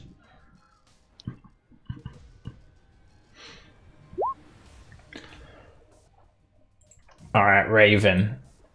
The vassal sphere is getting thrown around now. Something is wrong. Pull us up, pull us up! Do you want to evacuate this thing? No, I don't. I want to stay nice and safe inside here. Well, we could teleport away. Nico immediately just, I think anyone would automatically assume Raven means to press the big red button. That's exactly what I thought, yes. Do it. I mean, how's he going to teleport us back away with like a dimension door? Yeah. I don't know if we don't plays their games, like what's going to happen in the fine prints of whatnot. Well, you read it, didn't you? All you had to do was suck up silted souls. According to the contract, you fulfilled your end of the bargain. Well, there you go. All right. How far does a body fall in one round? 500 feet. Yeah. Using a Xanathar guide rules, it's 500 feet straight away. You can just visualize a location. You don't have to specify directions. Okay. Then I'm going to visify next to the bone grinder thingy. The teleportation circle? Sure. Okay. All right. Take me to that circle. That's a safe bet.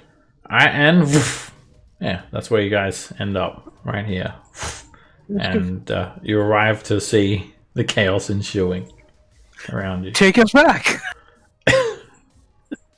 And you see what the problem is. It's the old Glabrizu trying to snip the chain dealio.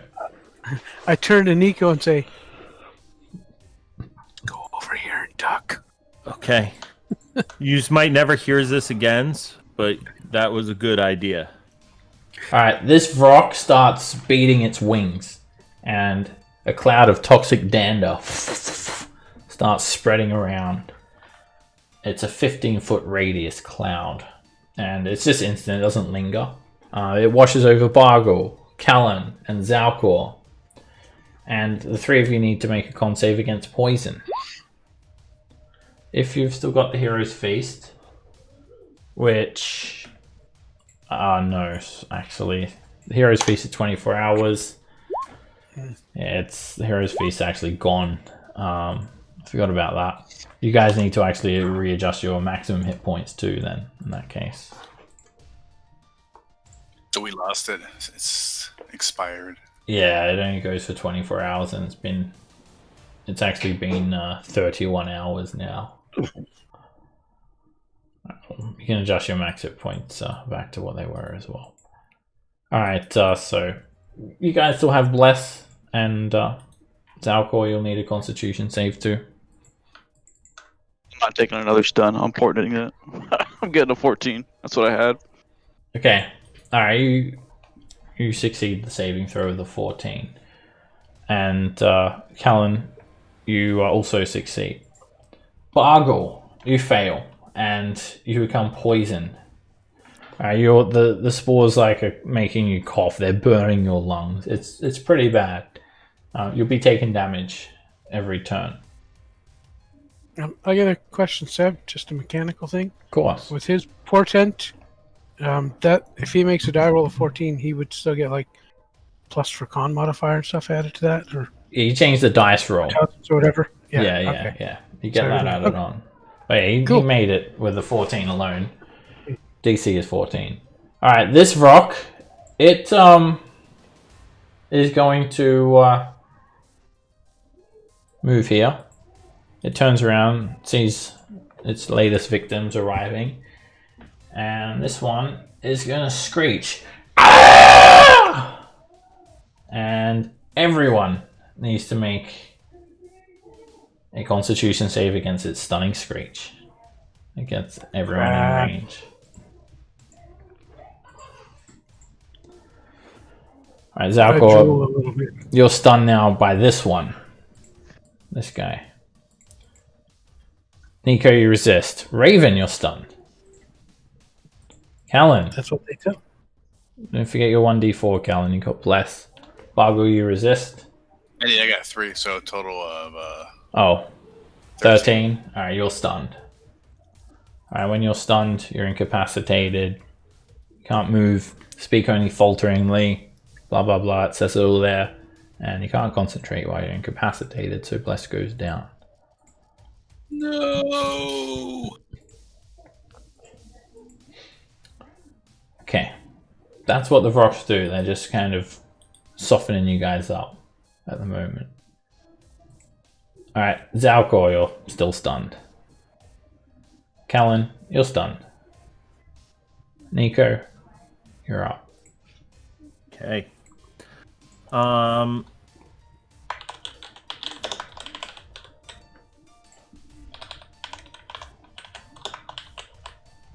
So this I wasn't looking before. The people up here, they're just fighting with themselves. Yeah, the devils are fighting the demons.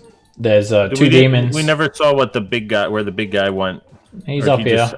He's over here. He's got two rocks in a headlock. And a bone devil's just repeatedly punching the rock in the stomach. He's out of bounds. That's fine. I'm going to just Sacred Flame the rock. Oh wow, could that get any worse? Wow. Okay, the one next to you, I presume. Yeah. Alright, has advantage, and it's way too quick. It just straight out of the way of a Sacred Flame. 15, 20, 25, 30. So I'm just gonna head up around, but not take the attack of opportunity unless he's got over 10. He doesn't attack you. Okay, and then you guys all look okay over there. All right, that's I guess me.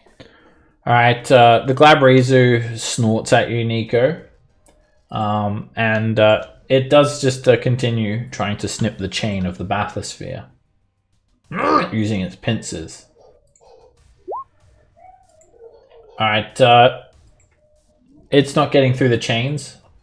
It will actually just cast Dispel Magic on you, Nico, as well, as it does see you coming up near it, so it just tries to soften you up if it needs to. And I don't think you have any spells affecting you. I don't believe so it doesn't do anything. But yeah, it doesn't actually. Yeah, it just kind of it uses its humanoid hands to do the somatic components, and it just murmurs something under its breath while eyeing you intently as it uses its pincers to try and snap through the chain like a pair of bolt cutters. Bargle. Alright, the Vrok's poison. It's burning you. You take 5 points of poison damage at the start of your turn. Alright, I'm going to get out of the sprayer. I'm going to start attacking with my great axe. Okay, you can still attack it in the sprayer slot. From the sprayer position? Okay, then Yeah. I'll stay there for the extra cover. Yeah. Miss.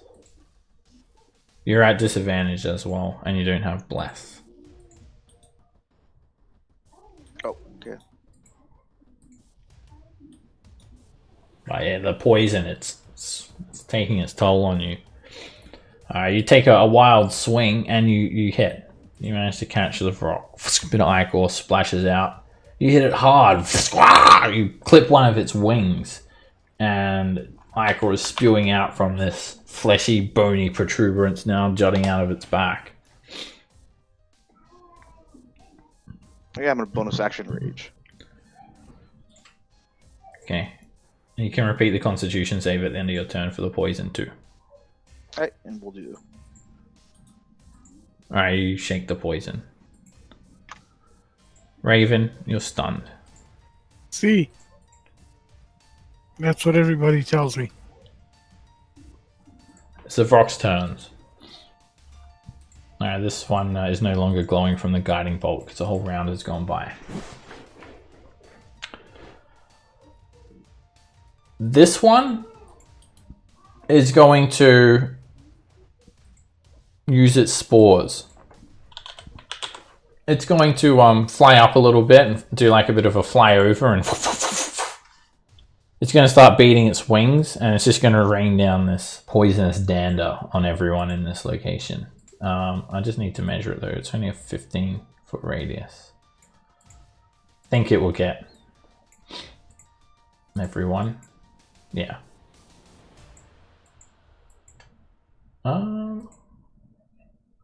You're safe, Nico. It won't get you.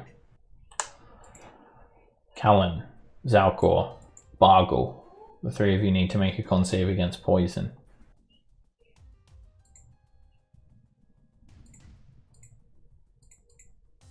Alright, Zalcor, you resist.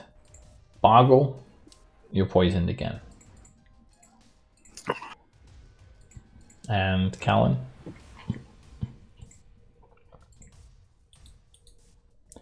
You're poisoned as well. You inhale the spores and they're burning your lungs. The Vrok, this one's going to be, it's going to go to the air now. It's going to be 30 feet up, by the way.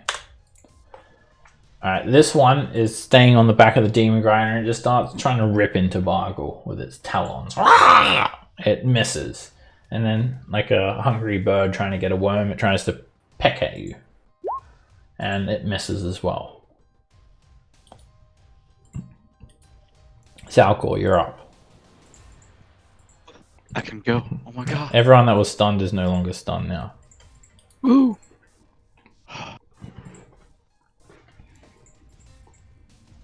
I'm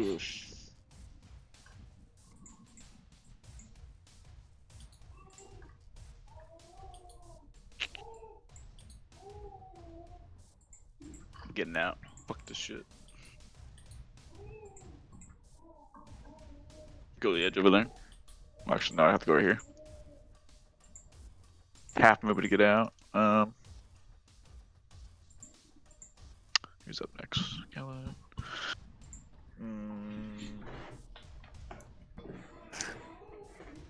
Sure. I'll haste Bargle. Okay. Haste goes on and you get all that good stuff, Bargle. Double movement speed, extra action, +2 AC, advantage on dex saves. Bargle, get over here! Callan, you take 10 poison damage at the start of your turn from the spores. They are hurting.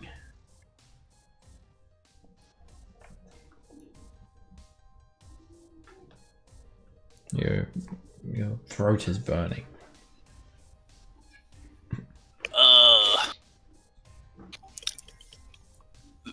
So I'm gonna blast that guy. Alright, you're at disadvantage from the poison. I'm angry. I don't care. Look at that. Still a good shot. Hit. That was a good guiding bolt. It kind of launches the rock back. The rock spins in the air, little golden motes of energy start to consume some of its wings and purple flesh. It's illuminated, so the next attack on it has advantage.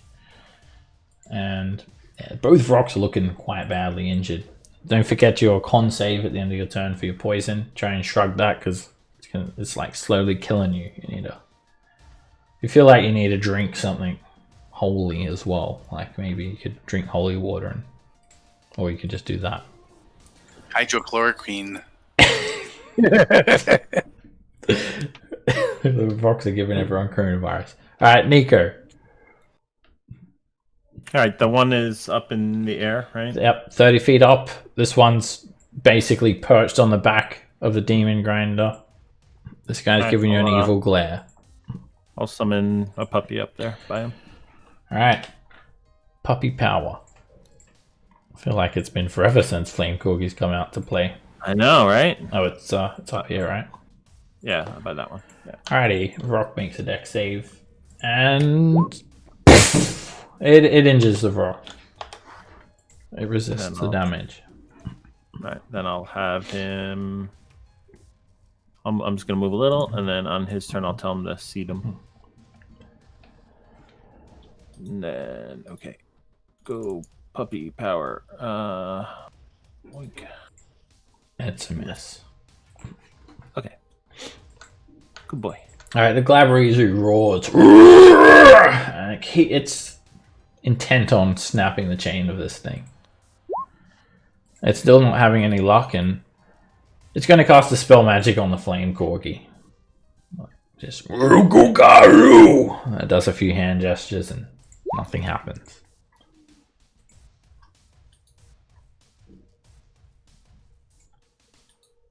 Bargle. At the start of your turn, you take 7 poison damage. Alright. Alright, attack the rock south of me. Oh. Miss. And a miss. Bargle, come closer!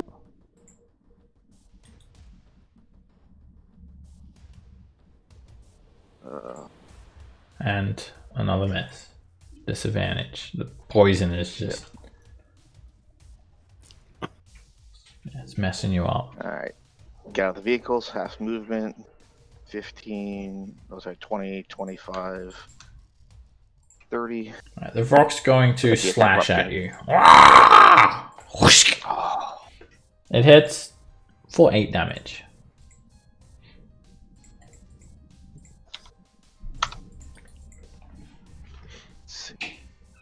Oh, I'm raging, so that would be 4. Oh yeah, 4 damage. Forgot about your rage. Did I even give you a rage icon? I didn't. How rude of me.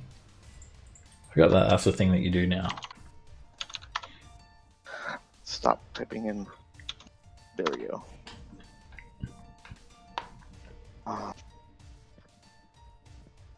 Didn't kill anything, have no more attacks. Ah, screw it. I'm gonna move up in action surge. This one's 30 feet in the air. Oh, that's right. That's right. You still want action surge? Well, not action surge. Okay. Try that. Yeah, the flight icon with the 3 on it. Don't worry, you'll get him next time.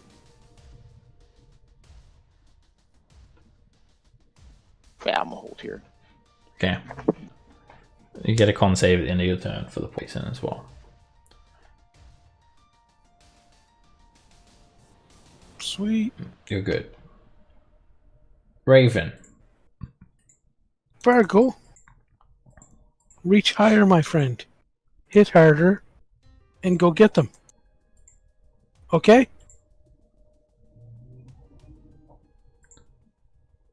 Do you do that at third? What's that? You're a full warlock, right? Yeah. So it's a 4th level for you. Oh, that's right. Yeah, before level. You're also standing on. You've just knocked into Zalcor as well. By the way, you're in his space. I didn't see Falcor. He's up here. Oh, he's supposed to be in this square. Your screen must be lagged. Anyway. Okay. You get 2 people. There you go. And let's see. Is it 2 people I can touch or 2 people I It's can touch. Yeah, you have to be within 5 feet All right. of them. So I guess it's me and Bargle. Okay. You guys both get 60 feet of flying speed. You can soar straight over the river Styx. And Show you the world. that's it. Alrighty. We'll get him, Bargle. I want to fly over the river Styx. There's a Dispel Happy Glabrizu over there. Yeah, I'm not encouraging you to do so. Not a good idea. Alright. Luckily these rocks don't really think of just throwing people in as well. Alright, this rock is going to fly up now, and it's going to spread out these spores. It's going to fall on Callan, Bargle, and Zalcor. 15-foot radius. Cloud of toxic spores. Con saves against poison. Alright, you're poisoned again, Callan. The other 2 of you resist.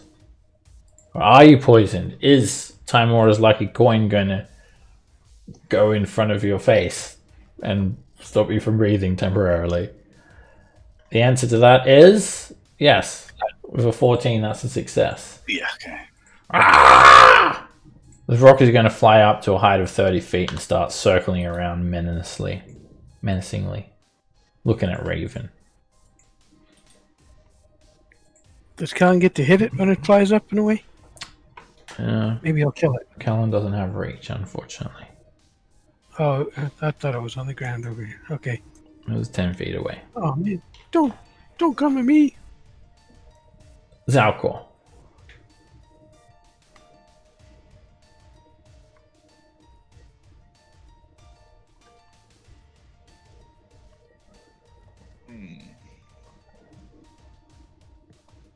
Let's see what this does. Chromatic orb. Lightning, poison, acid, cold, fire. Sure, I'll give it a whirl. Chromatic orb, the Glabrizu at 3rd level. Awesome. Let's bring him into the fight. Do you have the component for that? I have an arcane focus. It doesn't say it consumes the diamond. It just says I need a diamond. Yeah, so you need a diamond worth 50 GP for that spell. I can use an arcane focus for that, can't I? No, not if it has a gold piece cost. That's for things that don't have a gold piece cost. But do we have a diamond in party loot? Surely. Never mind. There should be some diamonds, I think. You started knowing that one when you came to us. Why would you have picked it if you didn't know? Have a diamond. Let me look through the party loot real fast. Actually, I think we did this last session. There were no diamonds because Raven thought that he could do Fire 2 on Lulu. Alright, well... Alright. I'll let you retake your action. Because you didn't know. Diamonds are a gnome's best friend. Yeah. They need Magic some missile. spells that use other gemstones. It's like rubies and diamonds. That's all that matter. Magic missile at 13th level. Go ahead. There's Pearl to as touch well. the Glabrizu. Alright, the chill touch is a hit. Alright, the hand comes out looking like an imp's claw. And it just sticks into the Glabrizu's neck. This enrages it, causing it to roar out. Callan. Which of rock looks worse for the wear? The one that's about to interrupt my concentration.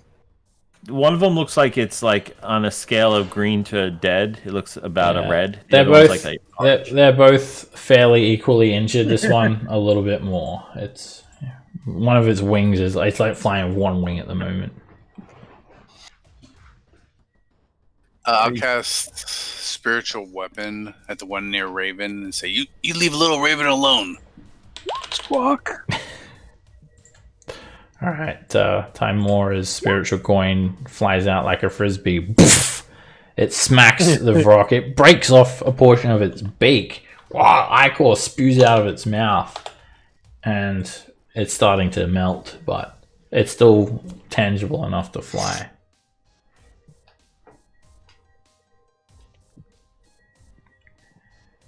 Nico. When did the puppy go and spit his seeds? He did. He missed. I'm gonna try and firebolt the rock right above him. Hit. A firebolt. Puppy power. Firebolt glances the rock, and the flame corgi. As you throw the firebolt up, the flame corgi kind of spins around and hits it, giving it a bit more oomph. Combo attack. Yeah, and it turns it into 11 damage, so it takes 5 instead of 2. Yeah, and then Puppy does his thing. I'm gonna just move over just a little bit more over here.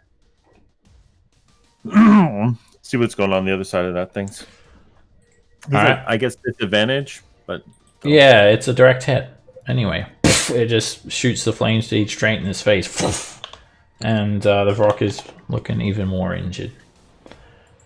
Alright, the Glabrezu, it actually stops trying to cut this chain now, and it just like leaps over this thing and slams down right next to Zalcor.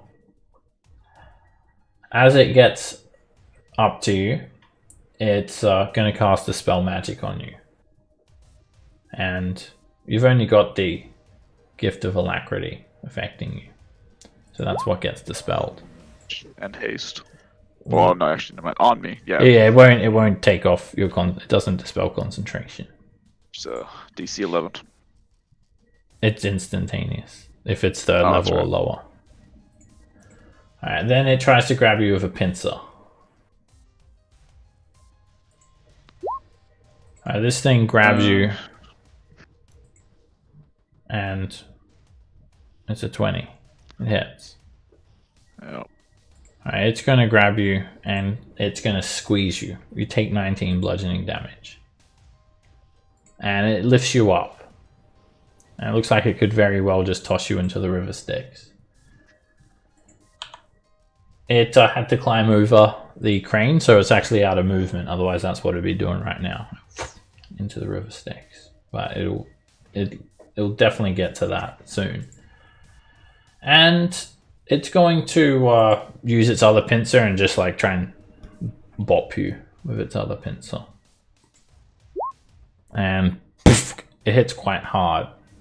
It bops you for another 18 bludgeoning damage. And lets out another loud roar. Alright, that causes you to lose concentration, and haste ends. Bargle, you're hit with a wave of lethargy. Haste hangover. Oh, shit. So, nothing happens on your turn. So, straight over to Raven. Oh, does that mean I lose my rage as well? No, you're not incapacitated. You just... If you don't take damage or attack next turn, then you will, but... Okay. Oh, it's one more, okay. Yeah, you got another. Alright. Let's see.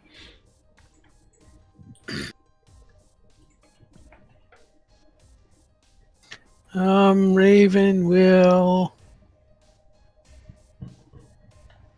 I guess I'll have to,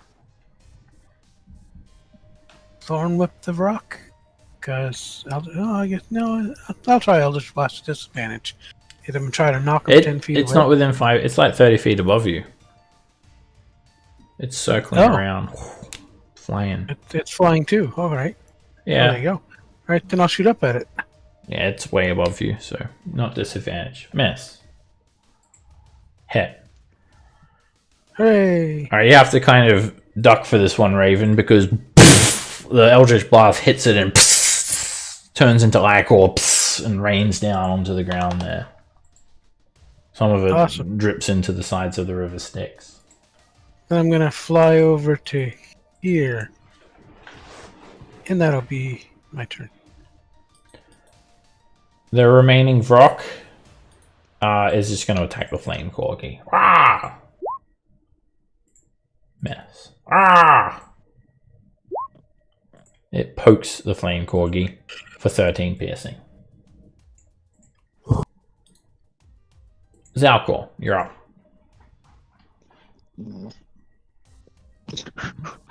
Ow. Glabrazu's got you in its pincer. It's poof. It looks like it's going to take you for a dip in a second. It's squeezing you tight. Not very strong, not very dexterous. Only way I can see this going anywhere is I'm gonna polymorph myself What are you turning into a into? giant ape. Okay. Giant ape. Alright, when you Should have done the cockroach. expand, it's still grappling you. And its pincer... Actually, no, it's going to break the grapple this time. Its pincer's not big enough for a huge creature. It's medium or smaller. So the giant ape's bicep just kind of expands and basically opens the Glabrazu's claw. You're quite close to the edge of the river Styx, but I mean you can stand there comfortably. And you let me just see that you've got control of the token and whatnot. No, you don't. All right, let me fix that up. Okay, so you have the intelligence of an ape, which is pretty good, 7. You have the alignment of the ape and the personality of the ape. Other than that, you're an ape. And I need to just throw you in the initiative order as the ape and sort that out real quick. And just move you out there. Okay, there is a character sheet for it. It's like straight at the top of the journal for you. Like that. No movement? You want to move? Can't really move to this way, can I? You Because can I'd be move. going through my. That's half speed. You can move wherever you want. If you're 2 sizes larger, it doesn't slow you down. You just can't move through the Glabrazu space. It will block you. I move it there. Okay. Callan, you're up. I see a giant ape. That's him. That's cool. I want to move the all-powerful coin of Timora right here. Okay. I'll move it for you. Alright, Strike it. the coin whizzes. It's not going to reach. It's 30 feet. Coin's on the ground. So. It's like rolling towards them on the ground. It's flying up on an angle, but it stops 10 feet short of the rock. Well, then take that, rock. Okay, you told the dead it. Hold it dead. And Fuck you. it works good. The rock's wings start to become defeathered. Its flesh is wilting away, withering away. The rock is close to death. Nico. Okay. Not gonna lie, wasn't expecting grape ape. Just call me grape. Then again, nobody really does. All right, I'm gonna just going back to my roots here and just the rock. Okay, it's a hit. Okay, and then puppy power combo attack. Oh, you missed. That's right, I got you. The firebolt explodes over the rock, leaving the rock close to death. Okay, and Corgi, I'm just gonna stay here and end of my turn, and then Corgi on his turn will flame seed. Blah, miss. The rock grabs the corgi and just squeezes it in the flame seed, just shoots up into the air. Okay. Alright, the Glabrazu roars, and it'll start off by casting Dispel Magic on the ape.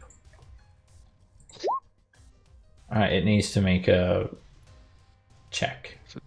DC 14. It starts to move its hands around and it mumbles a deep incantation. And it's going to make an intelligence check. Fuck. And you are dispelled. You revert back to your Zalcor form. Really missing the tank in this party.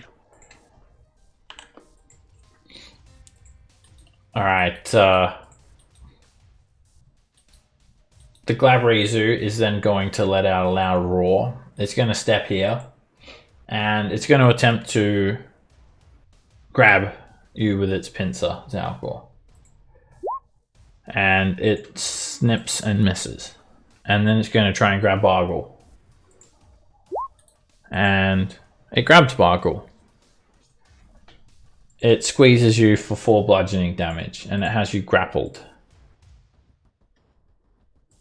It then steps back using 10 feet of movement. It drags you here. Then 20, 30, 40. It starts, you're resisting, so you're just kind of slowing it down, but it starts swinging around to drop you off in the river Styx. But it doesn't quite get there yet. And you're up, Bargle. Alright. I'm going to give him the Great Axe. Let me go! Here you go. Hit.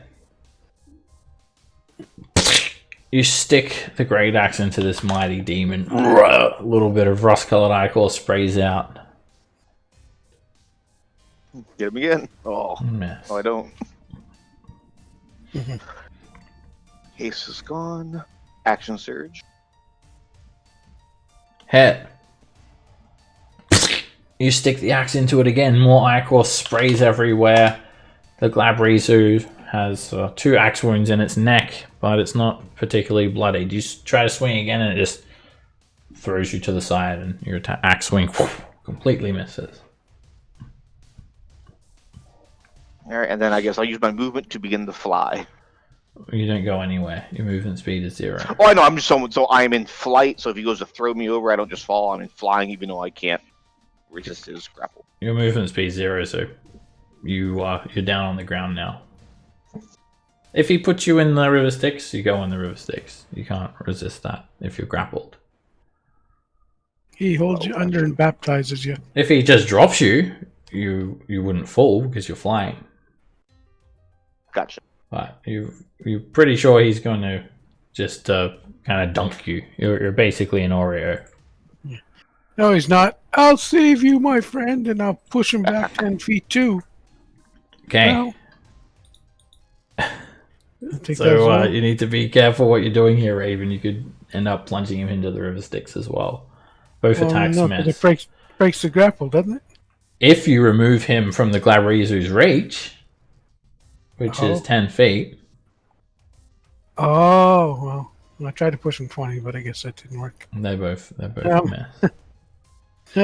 We'll hoist a flag in your memory, but you'll forget us. Alright, the rocks. Alright, the devils are starting to kind of clean up these rocks now when you look around, but there's still one threatening you guys. And it's just exchanging blows with the flame corgi.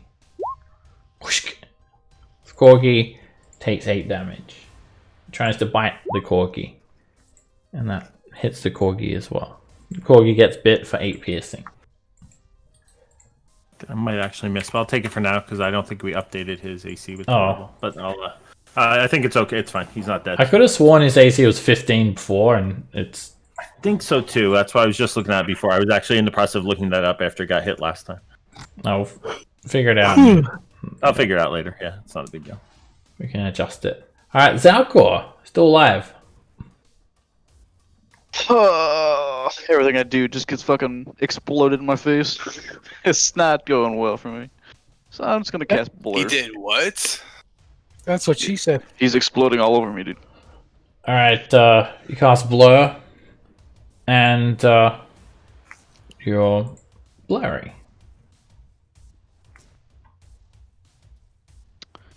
And he's 30 feet up, so he won't be able to attack me.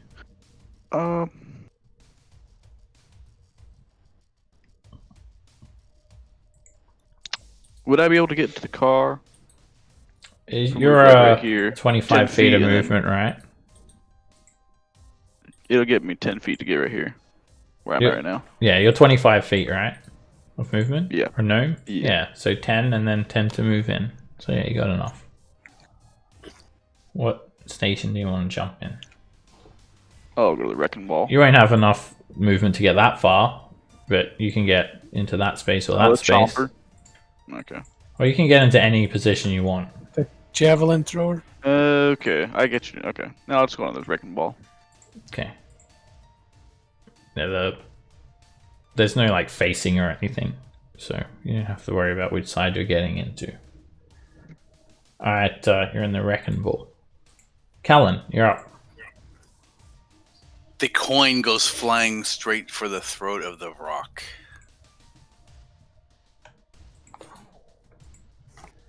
And it's a narrow miss.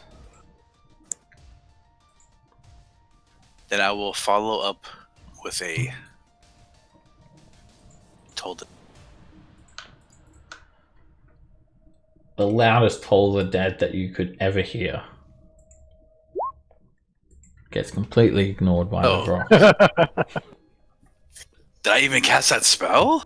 Me, I'm so wise. I think the Coin of Time Warrior just kind of gets in your way a little bit there, Callan. Right, Nico.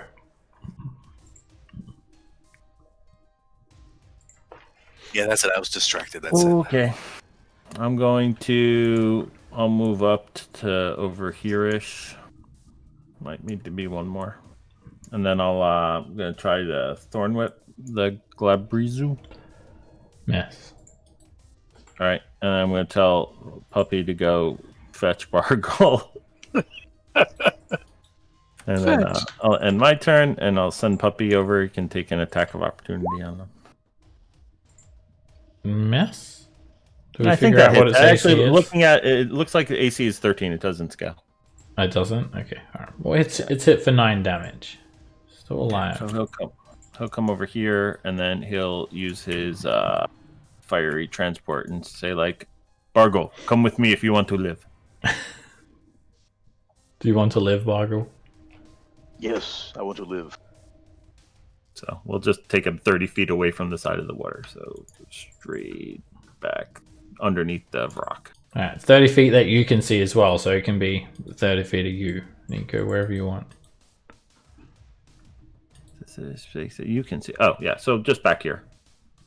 Like, I'll move the corgi, and then he can put himself up appropriately. There's a little mini explosion of fire. Poof, it hits the Glabrizu.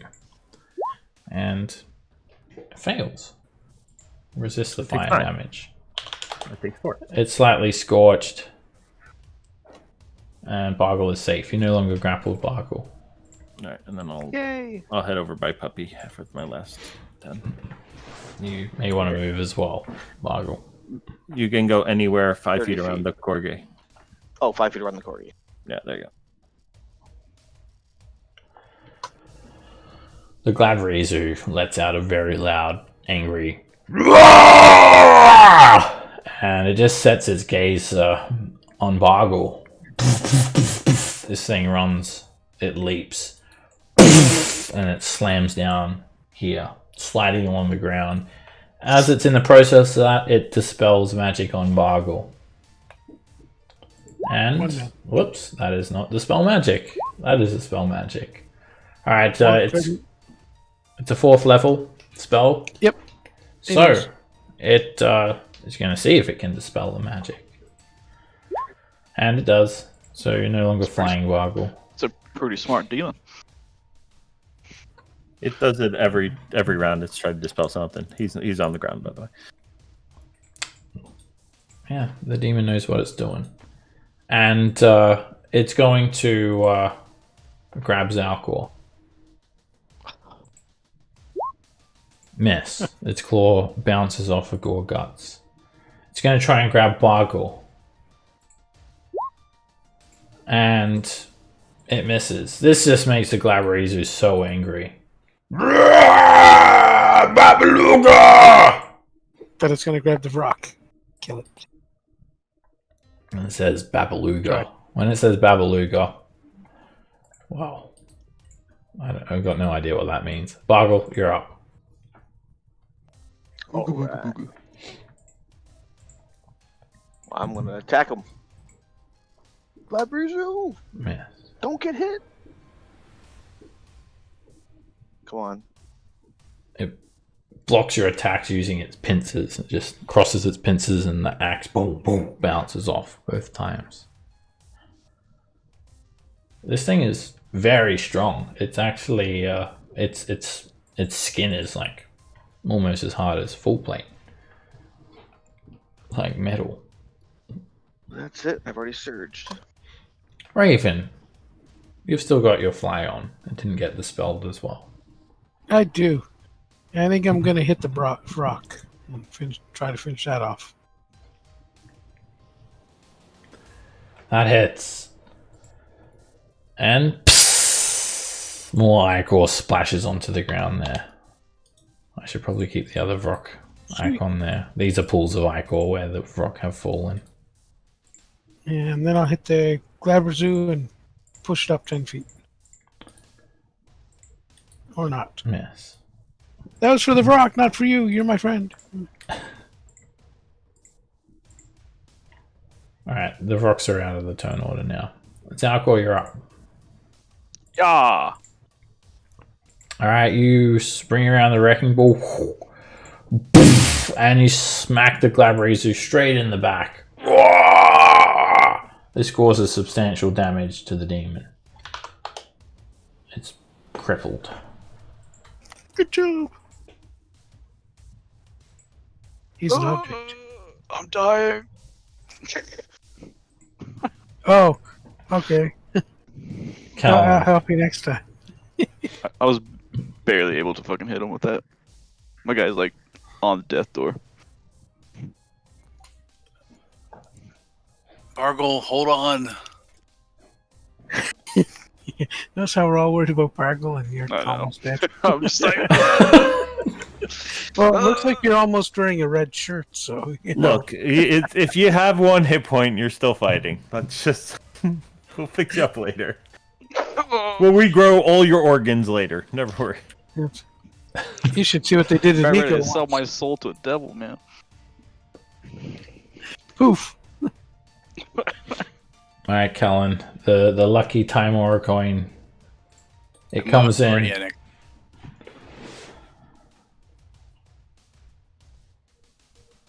And it hits. It adds on to the damage of the wrecking ball, sticking into the Glabrezu's back. Blap. Sticking through its Does blap. Does Bargle look badly injured? Zalcor? Yes. Yeah, he's like almost He's dead. on death's door. Out of 1 to 58. Oh, I'm about Zalcor. to. Oh, okay. Now cast a healing word on him. Use your bonus action already, so you, Oh, can't- never mind. you won't be able to do the healing word. You're I'll standing give him right some next to him. encouraging words. I've been denied. Time Aura just turns her back on you, Zalcor. Yeah, I can't remember you saying who. Who's that? A woman forgives, but they never forget. That's it. Oh, well, what do you want to do with your action, Callan? Could probably touch him with Doing a the cure thing. wounds. Told I don't have cure wounds. It's prayed for. Poor Zalcor.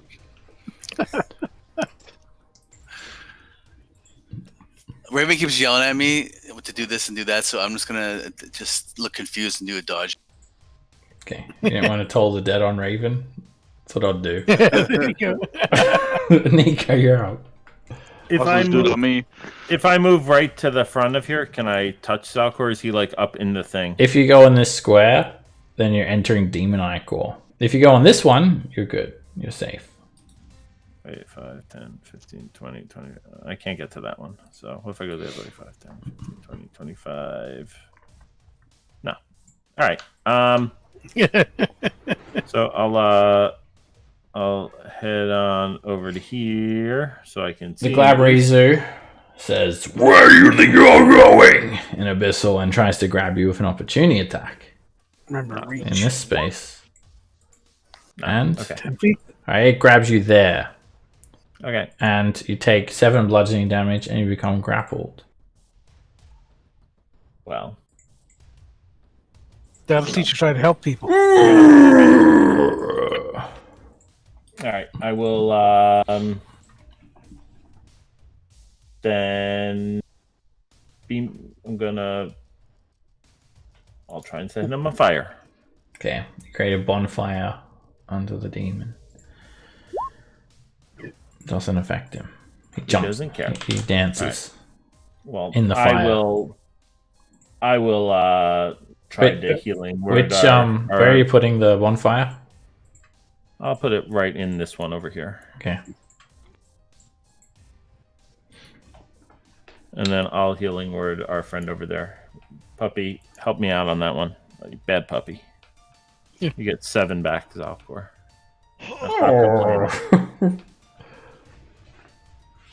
You could almost stand a breath. Not even breath weapon, just his breath. The Glabrezu is going to cast a spell. It just murmurs a single word. A word of power. Wait, does it do I take that 7 too, or does it just grab me? Yeah, you took the 7 bludgeoning damage. Okay. If it hits you, it does damage and grapple. I didn't. Vampires do one or the other. Yeah, it's only the vampire. What is he dispelling? He doesn't dispel you. He just straight up stuns you with power word stun. He didn't like that wrecking ball, and it leaves you dumbfounded. And 151 hit points. Alright, it's automatic stun. You can repeat the saving throw at the end of your turn though.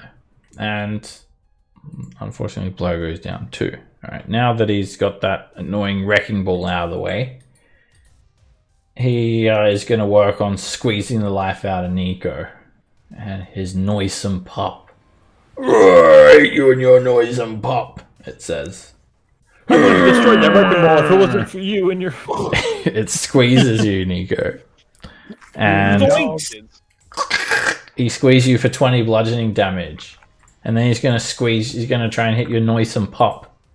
He brings a pincer down, and Flame Corgi is destroyed. It doesn't like explode or anything, does it? No, nothing cool like that. We're going for a swim, boy. And starts taking you away for a nice, lovely river cruise. Provoking from Bargle. Oh, maybe it'll drag you down here and dip you in the ichor first, too. Good idea, Glabrezu. Do I get my attack of opportunity or no? Yeah. It provokes from you. An attack. If you want. Does it walk through the bonfire? I don't think the bonfire affects it unless it ends its turn. It started in the bonfire.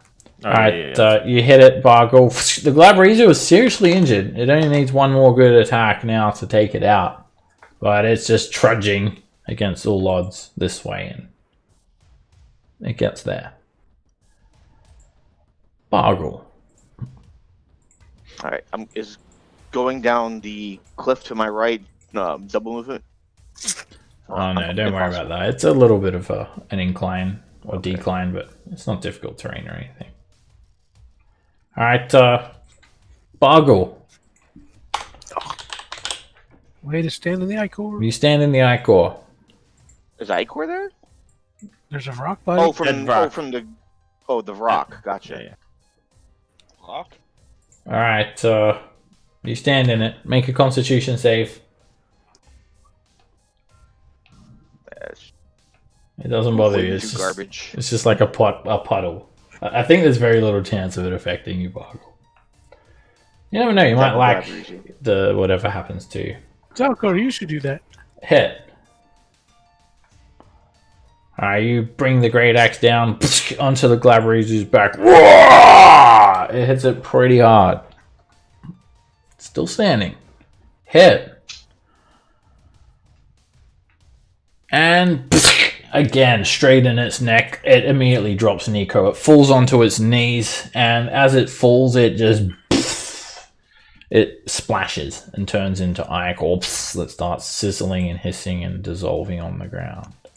We make Allender start gathering jars. Yeah, scoop it up. Alright, Zalcor, you'll be able to get out of that stun shortly. So I'll end it now. And we're going to take a 10-minute break now. Just as you guys finish the fight, Basilstein wipes his brows. He comes flying over. Oh my, that was hard work. And I'll see you guys back soon. I think Zalcor needs 10 hours of Hey, break time. Seb's Alandir's running real late because there's traffic on the Bay Bridge, so he's gonna try to make it. Okay. He's still trying to make it. Yeah, no problem. Whenever he gets here, you can just jump straight in. Okay. Once again, you guys end up somewhere completely different than where you're trying to go. Company of the Squirrel. So it's definitely a running theme at Squirrel. this point. I'll see you guys soon. All right.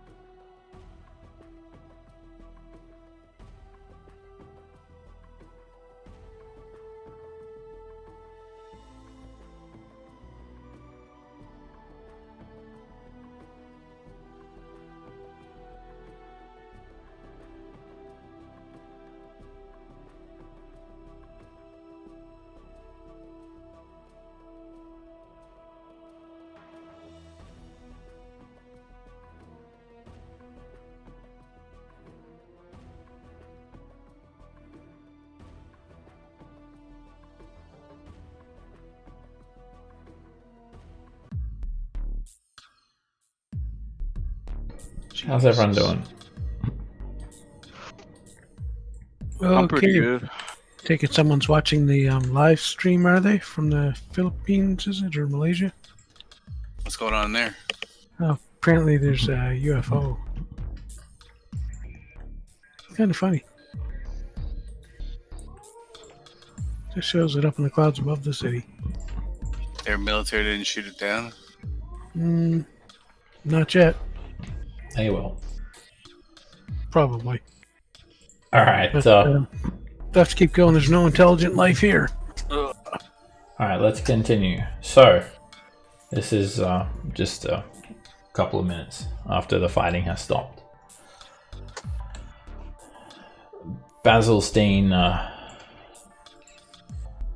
he comes and lands next to the dock. There's also 3 pools of ichor if anyone wanted to attempt to collect that. Any dexterity, people? Basilstein has a few scratches on him, but he's not very hurt, and he does have just ichor absolutely covering his trident. Oh my! And he squints at something, and it's Alandir who has just arrived. Yeah, they'll pick up some of that. Alandir, you got ditched by Zygon and left to die. And you just happen to wander upon the rest of the party. You've been wandering around Avernus for almost an hour now. He took you for a joyride. Your hero's feast has worn off as well. You can take a short rest if you want as well, Alandir. Friend of yours, Basilstein says, and he kind of just very nonchalantly kind of dances around the fact of what just happened and how... One of our company. That was fun. Does that happen often? Oh, the demon attack? Yeah. Unfortunately, it does happen. It's quite common for demons to swim up into Avernus from the river Styx. But an army of 10 rocks, that is not something that is common. I suspect they were trying to besiege Zariel's flying fortress, and he just extends his hand up to that fortress. I'm sorry to leave you all, but I am obligated, as it is my line of duty, to defend the fortress. And then he looks around. Wait a second, weren't you in the bathysphere? Yeah, I was. Yeah. But I'm not now. How did you get out? I think they need... I just stepped out. It's magic. Oh! Huh. You teleported. I understand that. Oh, well. How did you go down there? I'm just going to pull up test 221. Yeah. Well, first we got in the thing there, then you pushed a button, and that's how we went down. I got 46 silts. Oh, let me just verify this. Not that I don't take your word for it, but proof is in the silt, as they say. Nobody says that. I say that. We always say that here in Avernus. You're not from Avernus, so you don't know that, but it's a very common saying here. Well, the proof is in the silt, whether it's a common saying or not. He pulls up the battle sphere and he hoists it on over, and he starts taking a look. I do recommend repairing the chains there. Right. As you three are having that conversation, Callan, Zalcor, Alandir, and Bargle. Well, Callan, Zalcor, and Bargle. You guys see Alandir just kind of wander in. And what are you guys doing while they're having this conversation? I can take a short rest. Right, Zalcor begins resting. What are you doing? Oh, Alandor, you wandering after we finish the combat? How typical. Oh yeah, I'm gonna give my friend Zalcor a pat on the back from 40 feet away. He can have 10 hit points. Careful, careful, Raven. He's trying to rest. Oh, all right. Well, I won't give him any more than. All right. I mean, it was quite the experience. You should definitely maybe put some communication in there, something that you knows what's going on up tops here in case something like this happens. That they can maybe reel themselves up or something, like a flotation something. Oh, but sorry, I don't understand. If something has happened, that means the mission would be a failure. They would. Well, sort of. They would come into the contact with the river Styx. Well, no, because if someone cut the chain, they'd still be in there. But if you put something that'll fill with air or something and make them buoyant to come to the top, there's a chance they could get rescued. Well, if someone cuts the chain, I'll be quite aware of that. And Really? I don't believe that 10 minutes ago there they would be a tried to way. cut the chain. I don't believe there will be a way to make the bathysphere buoyant. Yeah. Okay. I meant more like communicating, like maybe like a bell or something that they could A bell? make a noise. Oh, I think you're mistaken. Oh, I'd never send any devils down there. I only send expendable creatures like yourselves. Ah, gotcha. So it doesn't matter if they never come back up. I mean, well, it didn't matter the 220 other times that I tested this. Did you get many souls, by the way? We got a few. I got 46, and I think he had like 30. Oh, Something. excellent. Let me just give this sweet silt a little taste for quality. Oh yes, I can. The sweet ambrosia. And he dips into one of the tanks.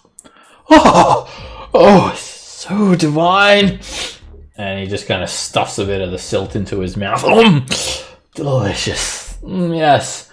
So it was you that had the most silted souls, as I have promised. Here's your reward. And he's a bit condescending as he says this. A soul coin for you, little mortal. And he hands you a single soul coin. Thanks, Grandpa. Okay. And when you take the soul coin, Nico, it's not too heavy. You feel it's the intense soul, like the soul's kind of bearing down like this burden on you. But other than that, I mean, you can carry up to 3. Did you want to hang Okay. on to it? Yours to keep. No, you can toss it in the group. Okay. Oh. So eager to give away your reward. Well, as per the contract, I also owe you one upgrade on your vehicle. So, why don't you all kick back for a little bit? I'll need a little bit of time to work on the vehicle.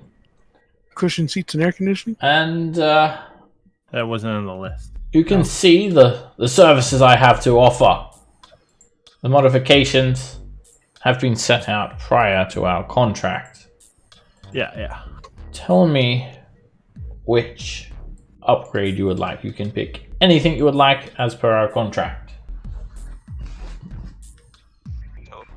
Yeah, I'd like the teleporter. That seems wonderful. Teleporter. Yeah. Oh! Yeah. Oh no, that wasn't part of the contract.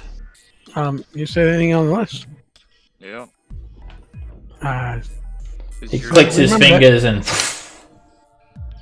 and he produces the stone lemur once more.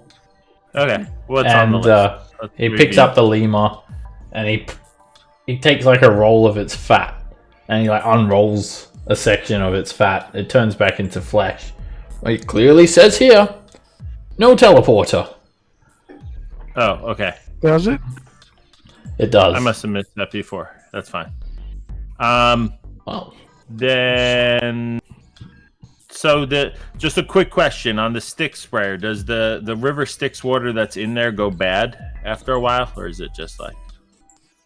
it depends on how far you're taking it from the river Styx. Okay, I think then. Oh, it's only one person. You think that it would spray out like a whole cone of it? I don't know. It's just like a. It's like a It's spray like a bottle. splitter. It's like when you turn the spray bottle on, like that concentrated line of spraying. Battlestein this starts to takes tap his foot. Okay, let's take the. You go with the spike armor. Nah, let's take the. We'll go with the stick sprayer. Is that replacing the file Harpoon sprayer? thrower? No, it's replacing a harpoon. I'm guessing. Okay. Oh, so you want the stick sprayer? Yeah. You said it was good, so Yes. you're an expert on these things. Indeed, I am. Of course, it shouldn't take me too long. Kick back, Does that mean- relax a little bit. I'll have that done Okay. within an hour. Okay. Does that mean that what I'm reading there, the stick sprayer requires 1 coin each use to activate? 3 uses, sorry? It literally, yeah. You can suck up 3 lots of Styx water, and it'll For stay one good point. as long as you don't leave Avernus. Okay, but One- if we one- run out, we gotta spend another soul coin to suck up 3 more uses, right? No, we gotta go to a Styx river. It doesn't mention soul coins everywhere. I don't know where you're standing. It does. It says require. Oh, never mind. Crew. Yeah, you can hold. Sorry. Yeah, 3 uses of it, and then when it runs out, you can suck some more sticks. There's river sticks everywhere in Avernus. It'll come with a full I'm tank. just gonna expand the font on these things because I'm old. No problem. Right. It's very accurate character depiction. There you go. All right. So everyone take a short rest. Wait, While before, oh, go ahead. no, I'm just telling everyone before they start like rolling for hit dice and all. We could. I was just gonna use a life. So if everybody wants to get if you have less than 100 hit points down, you can not roll hit dice. Then. All right. Nico pulls out the big guns and heals everyone up. Everyone just recovered 1 4th level spell. Okay. Sweet. Alright, well that should fill everyone up, so you don't need to burn any hit die. Also, Alandir, your max hit points will be back to 54. Hero's Feast has expired. Basilstein takes off the harpoon flinger and he adds the stick sprayer. I'll give you guys the stick sprayer macro now. And you've got a spare harpoon flinger. He doesn't want it, so it's, I mean, still yours. Stick it in the glove compartment. Yeah, throw it in the hold. Alright. You notice that there is some like kind of scorch marks in the glove compartment as well. Nico. That wasn't there last time you were here. It was from Lulu. Alright, you got a spare harpoon flinger, and I'll just give you a handout for that and throw that in the War Machines folder to keep track of with all your spare parts and stuff like that. Wait, you've got like 4 harpoon flingers in there. You already got 3. Oh, you got 4 now. Okay. Broadside now. So, that's the thing. They're not worth that much. You could break them down to spare parts if you want. Basilstein will say that. Do you want me to convert these into spare parts for you? I make a little bit of a profit out of it, of course. But you seem to have quite a collection here. Yeah. If you want to break down 3 of them and keep 1 for your troubles, that's fine. Oh, no. I don't take more than I need. But there will be some components that I will keep. But I can get you 4 lots of spare parts. For the 4 flingers if you want. Yeah. We'll do that. Alright, everyone cool with that? Yep. Okay. Yeah. Alright, you got 8 lots of spare parts. It's effectively a healing potion for the vehicle. Bam. Alright. 4 spare parts. All the harpoon flingers turned into that. Alright, and yeah. You've now got a stick sprayer. You can give that macro well, guys, if you want. Make sure it's working properly.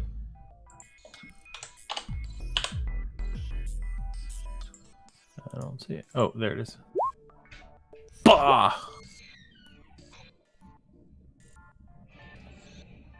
Okay. I've updated the demon grind. Is there a sheet for the thing to keep track of the charges? Where should we keep track of the charges? Oh, we can do it on that demon grinder handout. We can count to 3. It's not counting; it's remembering. There'll be a week. Yeah, bam. It's on the demon grinder character sheet for you guys. Does the river stick affect devils or No, doesn't affect fiends or demons or no? So yeah, well, if we run against an orc again, we're set. Or the dragons is more what I was thinking. There's not just devils and demons in Avernus. Many other creatures too. Plus, it seems nicer to me that they give them a shot. I mean, if they just forget about their life, then we don't have to kill them. All right, Basilstein. He works on the vehicle. He's very, very quick. He's got like a workshop nearby. Meanwhile, this fortress has gone. This flying fortress has finished filling up, and it has taken off, disappearing from view. Hey, do you know where it's going next? Basilstein scratches his head. Probably back to the front lines of the Blood War, I would say. Maybe it's going to check on Elturel. I've heard it's a lovely piece of land that Zariel has newly acquired. The real estate there is quite expensive. I could only dream of getting a spot there. It is. It's going quick, I must admit. So I'm going to have to ask you all to carry on now. You're making all of the devils increasingly anxious, and I'm not going to protect you if they feel like ripping you apart or selling your corpses on the black market, which is just the normal market here. Okay. And one other thing. And he takes his pitchfork and he just slams it into the stone lemur. It crumbles into pieces. Okay. Contract is over. Complete. Awesome. Mission complete. I'll do drop by again though if you need any fixing done. There's no finer mechanic in all of Avernus. Definitely will. And being in that thing and going down there was just cool. Awesome. I might have another job for you all. I could use expendable creatures such as yourselves in the near future. Perhaps I'll have another invention that you can try out. Sweet. I give him a sketch, which is basically just a round bubble with like red all around it. And here's what it looked like down there. Is that crayon? He says. Yeah. Yeah. I had it stuck in my We don't nose. let him use anything sharp like pencils. He might hurt himself. All right. I got the blue one in my nose. Alright, Alan dear, you'll need to make a constitution save as you leave the Stygian docks because it's bedtime. Most people have been up for over 24 hours. And I'd say that the stuff that you guys did then, it would have interrupted any long rest that you're starting to take. You guys are going to need to take a rest at some stage. Alan D, you're still dealing with the lack of sleep just fine. Okay, you leave the Stygian docks, another detour. And where would you like to go next? We'd like to go to the right spot, please. That would be the Don't we all? The tower. I'm not gonna lie, I cannot actually believe how many times you guys have gone to the wrong location. It's like, it's good though. It involves the story 2D4? way differently. Yeah, 2d4. Okay. The vehicles are, well, the vehicle, Gorguts, it's getting low on fuel. It's still got 5 hours left in it at this stage. And if anyone is an elf and they're not driving or navigating, feel free to take a long rest. Which I don't think is anyone. Those of you that are starting to sleep get awoken after 5 hours. Takes 8 hours for your rest. And the cartographer speaks. You're trying to head to Warken's tower. And it says, he wears the hand of evil, yet his goal remains just beyond his fingertips. And you see a dark tower starting to loom in the horizon. It looks kind of wicked. It's built onto what looks like a pyramid. Like an Amnian style pyramid, or Egyptian style pyramid. The tower itself extends out from this structure, this large ziggurat / pyramid. And it's a black spire. It rises up for hundreds of feet.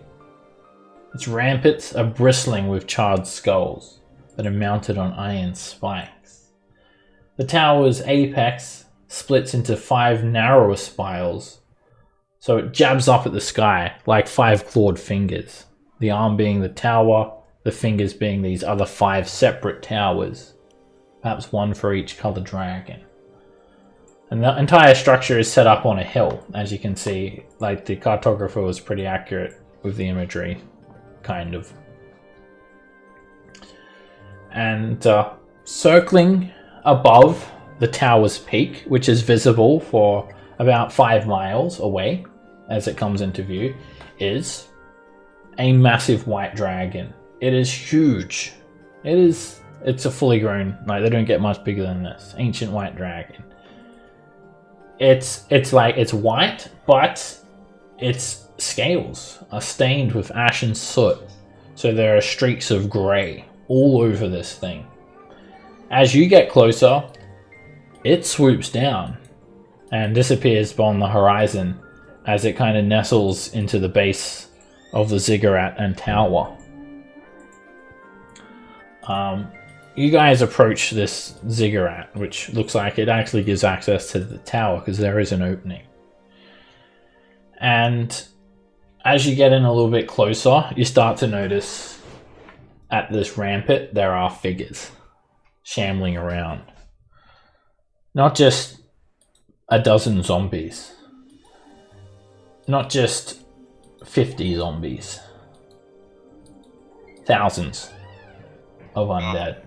Like thousands and thousands of undead guards in various states of decay.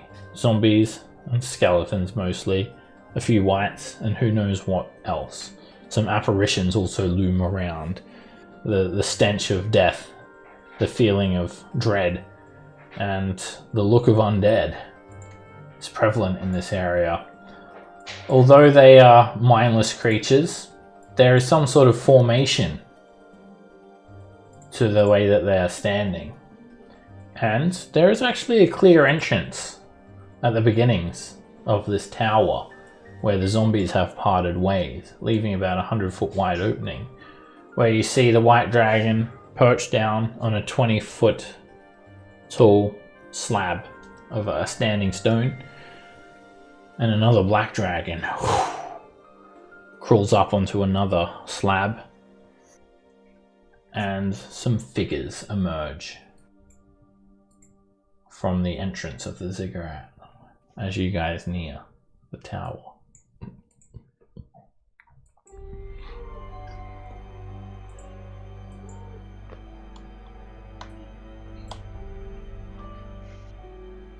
Alright, these are the figures that have emerged.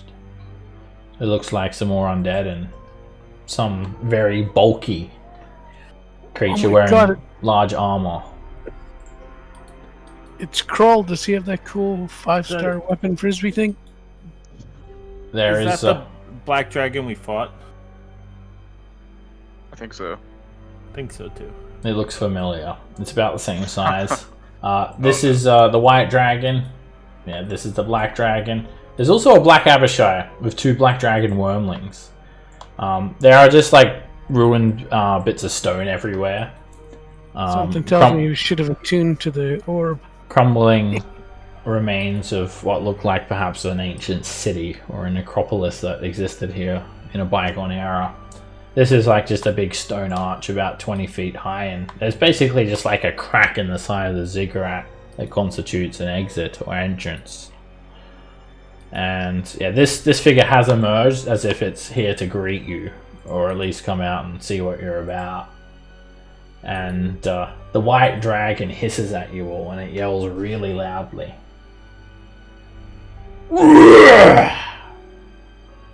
Crow! You have some visitors! Little creatures, approach! It yells very aggressively at you guys.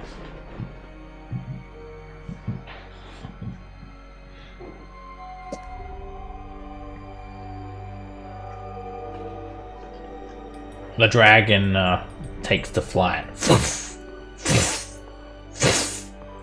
beating its massive wings. I said approach! And it starts to open its mouth. Its eyes are just these like foggy blue orbs, and this eye starts to emanate from its jaw.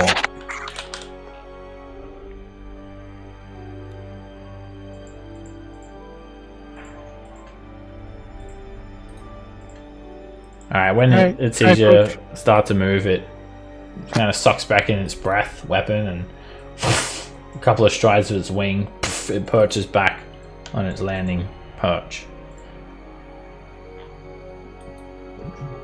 You can drive up as well. You don't have to park there if you don't want to. The figure yells out to you. You can bring the vehicle closer! Come on now! Don't be shy! I won't bite. The others might. Yeah, righty. As you guys get closer, the dragon, the black dragon, it goes into a bit of a rage. It hisses at you all, and acid drips from its maw.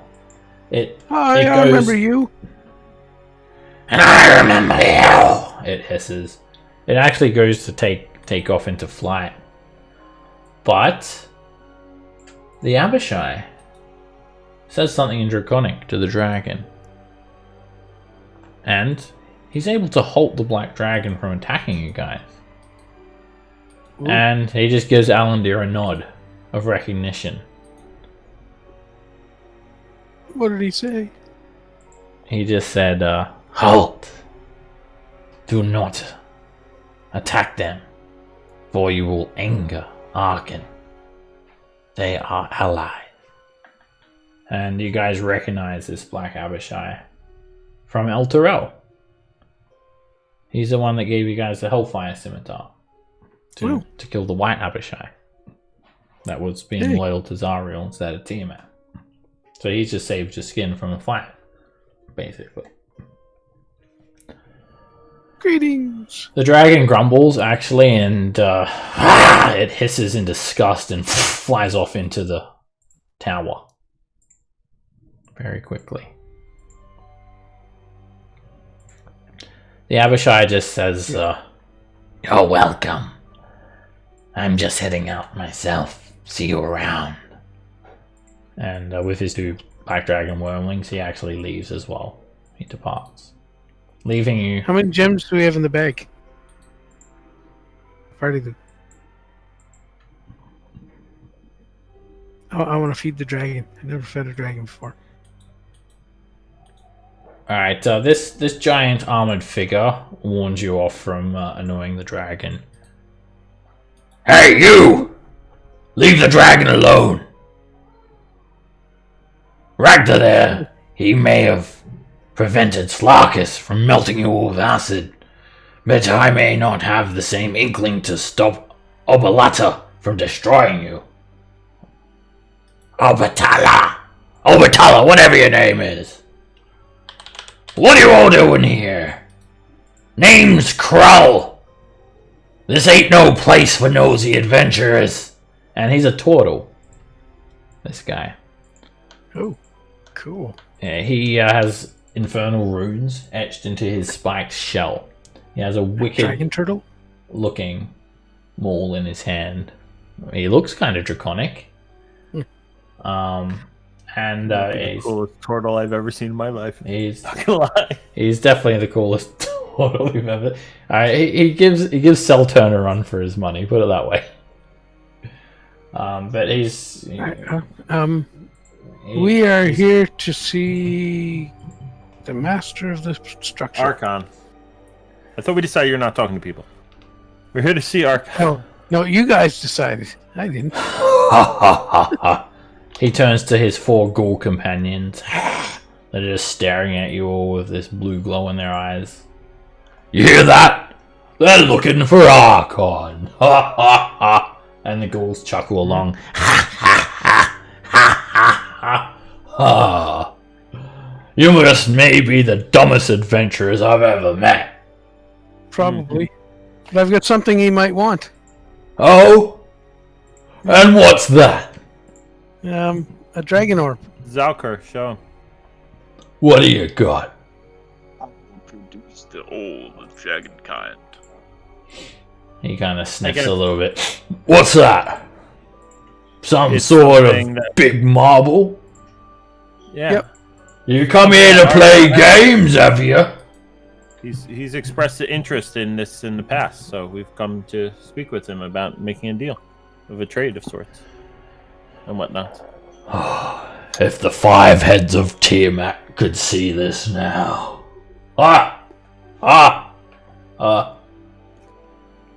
And what's this orb got to do with anything? What makes it so special? He'll know. He wants it. He wants it. Well, it's not up to him to know. I'm here talking to you, and I want to know. It's He controls dragons. Controls dragons. And I'm supposed to believe that. well, you can believe it or not, it's the truth. Show me then. Go on. Hey, Flash! I'll even make it easy for you. He calls out. We're not. You have to bind yourselves with it, and we haven't done that. We thought that Arkin would like to do that. Hold on a second. Flash! Get here! You hear a little screech, and a young red dragon wormling emerges. He emerges from the ziggurat. Alright, what was you saying? It's a fake, and it ain't gonna do it. No, I'm just saying that we didn't attune ourselves to using it. Oh, was that We're not- so? It's a Yeah. pristine magical item for him alone. Well, I'm the ones doing the talkings here, and I'm the ones doing the decidings. Okay. I've got a ways of dealing with these dragons, little ones like this.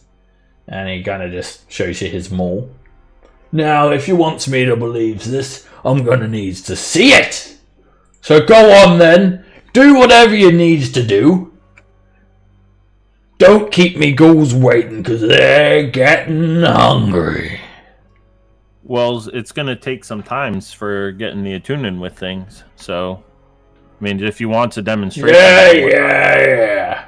Spend the time that you need. I know how to tune to magic items, alright? Alright. Go on then.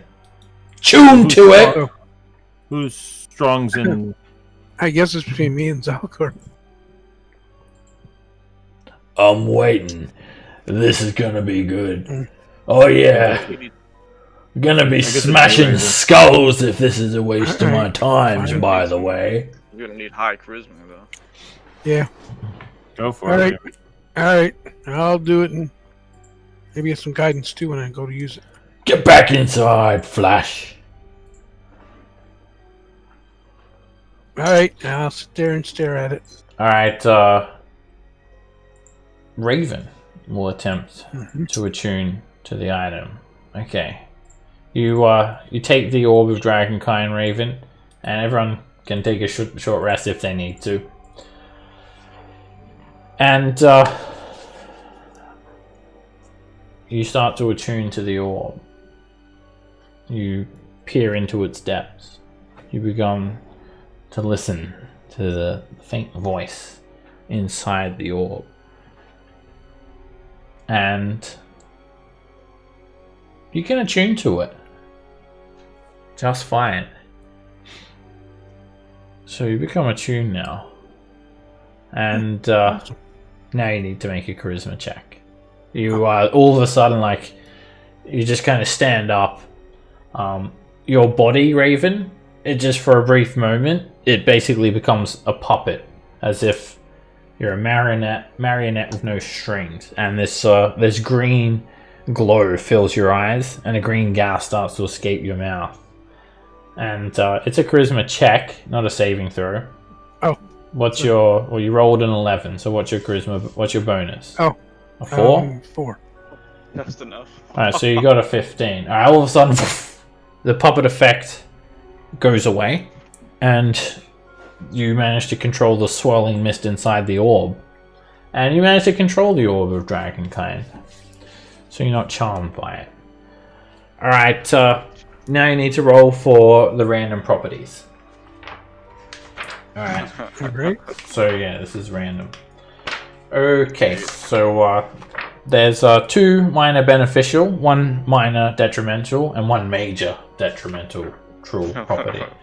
So let me just get those properties up. Roll me 4d100 for starters. Alright.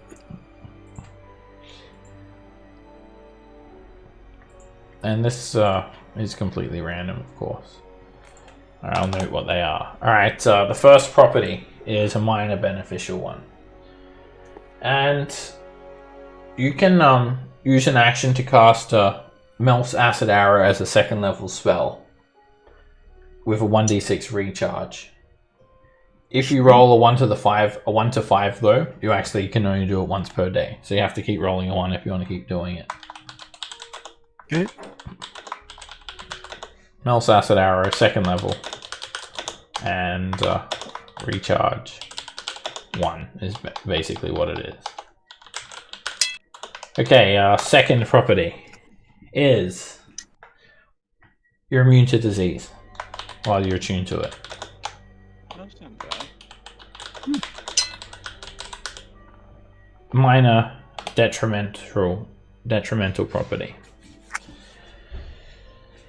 Alright, those are the good ones. Here's the bad ones.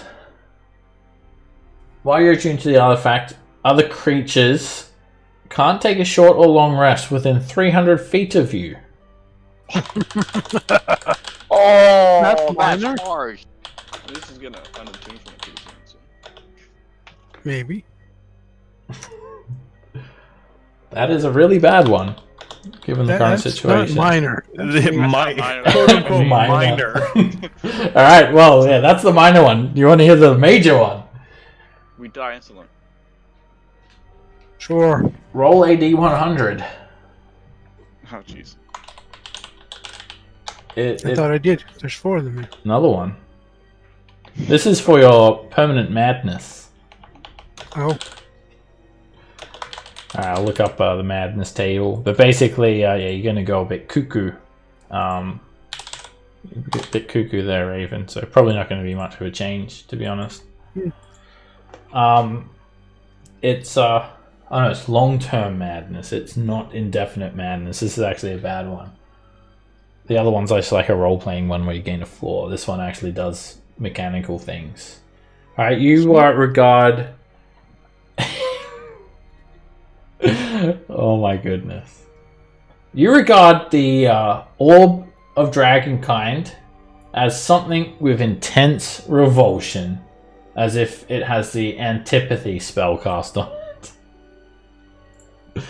So that means you hate the orb and you want to get away from it. Alright, so it's a saving throw. Let me just look this one up. So all of a sudden, the orb, like the swirling mist, the things you see in it, it makes you absolutely disgusted. And you really don't like it. It's an enchantment. And you need to make a wisdom saving throw against being frightened. No, I don't want to look at Nana's window. Ah! The DC is... It doesn't say the DC. That's a success. 15 like the others. Oh no, I think it's just... no, you don't even get a saving throw. Alright, I'm going to give you a brief moment, Raven, because you did make a saving throw to do what you want to do with the orb, but yeah, you basically want to just like roll it on the ground now and move away from it. Call the black dragon back and have him sit on his pedestal. Okay, for the brief moment that you are able to hold the orb without being disgusted by it, you I don't think you can choose a specific dragon. You want to use the cool dragons? Yeah, don't. Oh. Okay. Don't do that. You call dragons, Raven, and all of a sudden, this dragon just loses like its evil demeanor. It becomes a lifeless puppet, and it just it lands down right next to you. The little red dragon comes screaming out and lands right next to you. Then the black dragon. An adult blue dragon comes out of the opening. And a green dragon. They all surround you and bow to the orb for a brief moment. Lots of breadcrumbs to feed the dragons. Now you throw the orb and you go running from the orb, Raven. Yeah, drop the orb down. Alright, the dragons are just like, what is this? You little mortal, what magic have you used on me? I will rip you apart. I'm gonna burn you! And all of a sudden, Crow just says, stop it! And he slams his maul down onto the ground aggressively. And that makes even the white dragon become quite docile. By the word of Tiamat, don't harm him. Vistalancer, Flash, Vermilius, Slarkus. Back inside. Obatella, back to your roost. I've seen enough here. The dragons will return. I throw up a little bit as I look at Nico pick up the orb.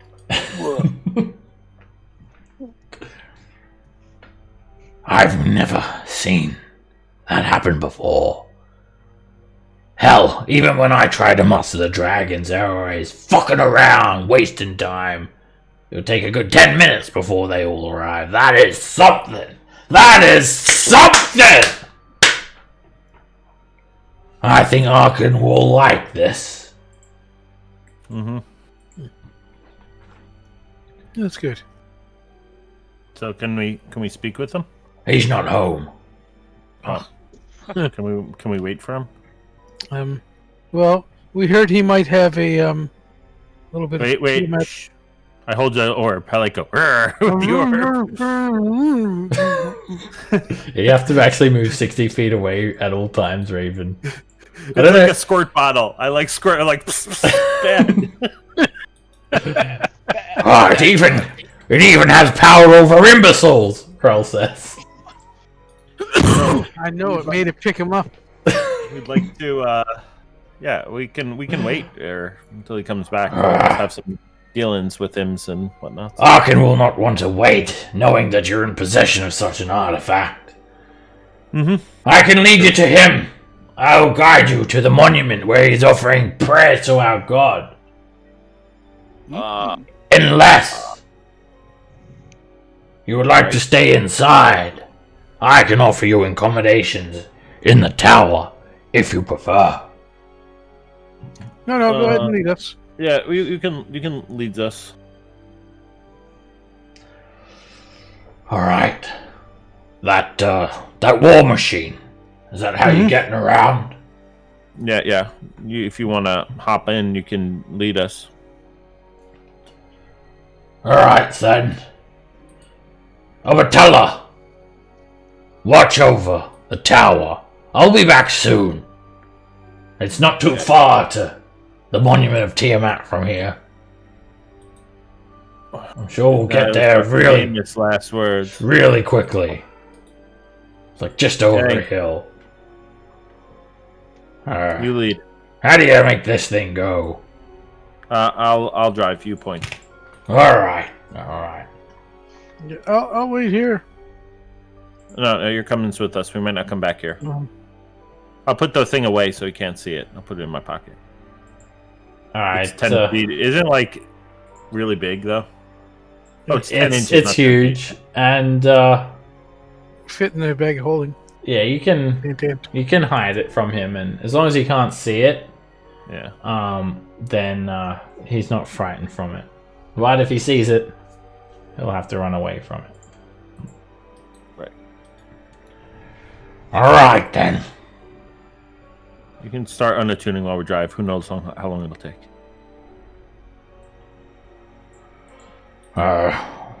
Do your thing. Make it go. Unattune? Vroom, vroom. All right, Alan, dear, you coming? All right, let's go. Ghouls around Alan there. Yeah, we'll feed you soon enough. Huh? Yeah. All right. Do I need to hold? Which Do I way need am to I going? hold the item or touch it? To This unattune way. to it, or? No. Okay, You I'm gonna don't work need on to. that. Okay. All right. Kroll, sorry, is going to lead you guys. This is obviously one of Arkin's top men or something. You don't really know the relationship here. Guys, the green stuff isn't dripping out anymore. I'm leading.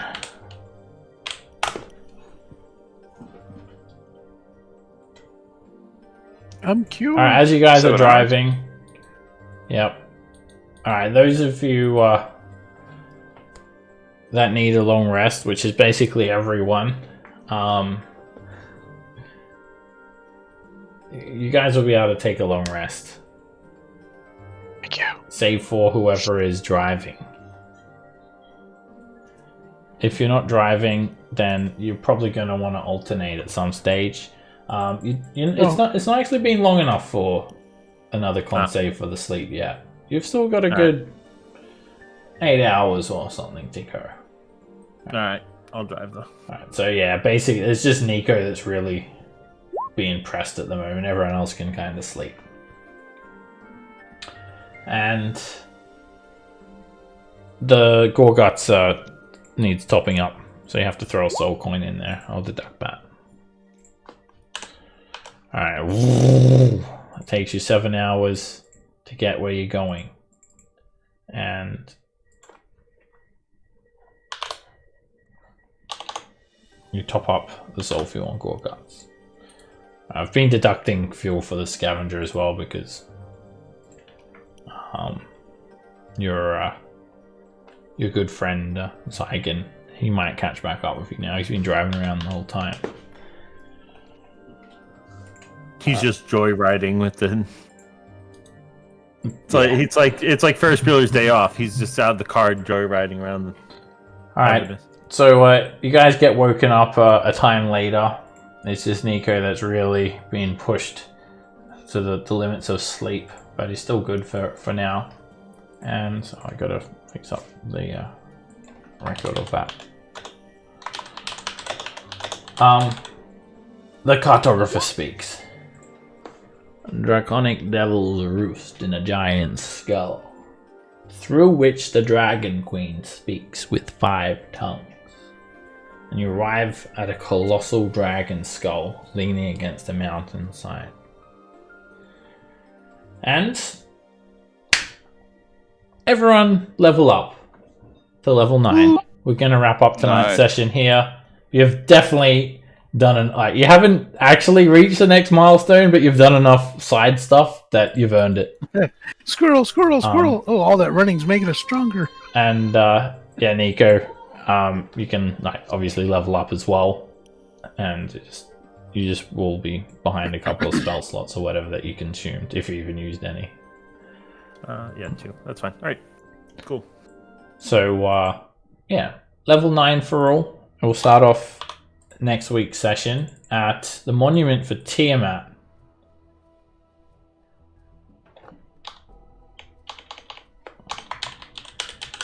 Cool. All right, guys. The next milestone, I'll let you know. You'll know the next milestone will be something very tangible, and I'll let you know what it is as a goal for you guys to work towards. It might be 1 or 2 sessions before you even learn what that is, though. We'll see how it goes. Cool. Okay, guys. See you next I'll week. make sure the compendiums are full access as well, and I'm guessing Zygon's going to roll in and meet you guys at the Monument of Tiamat then as well.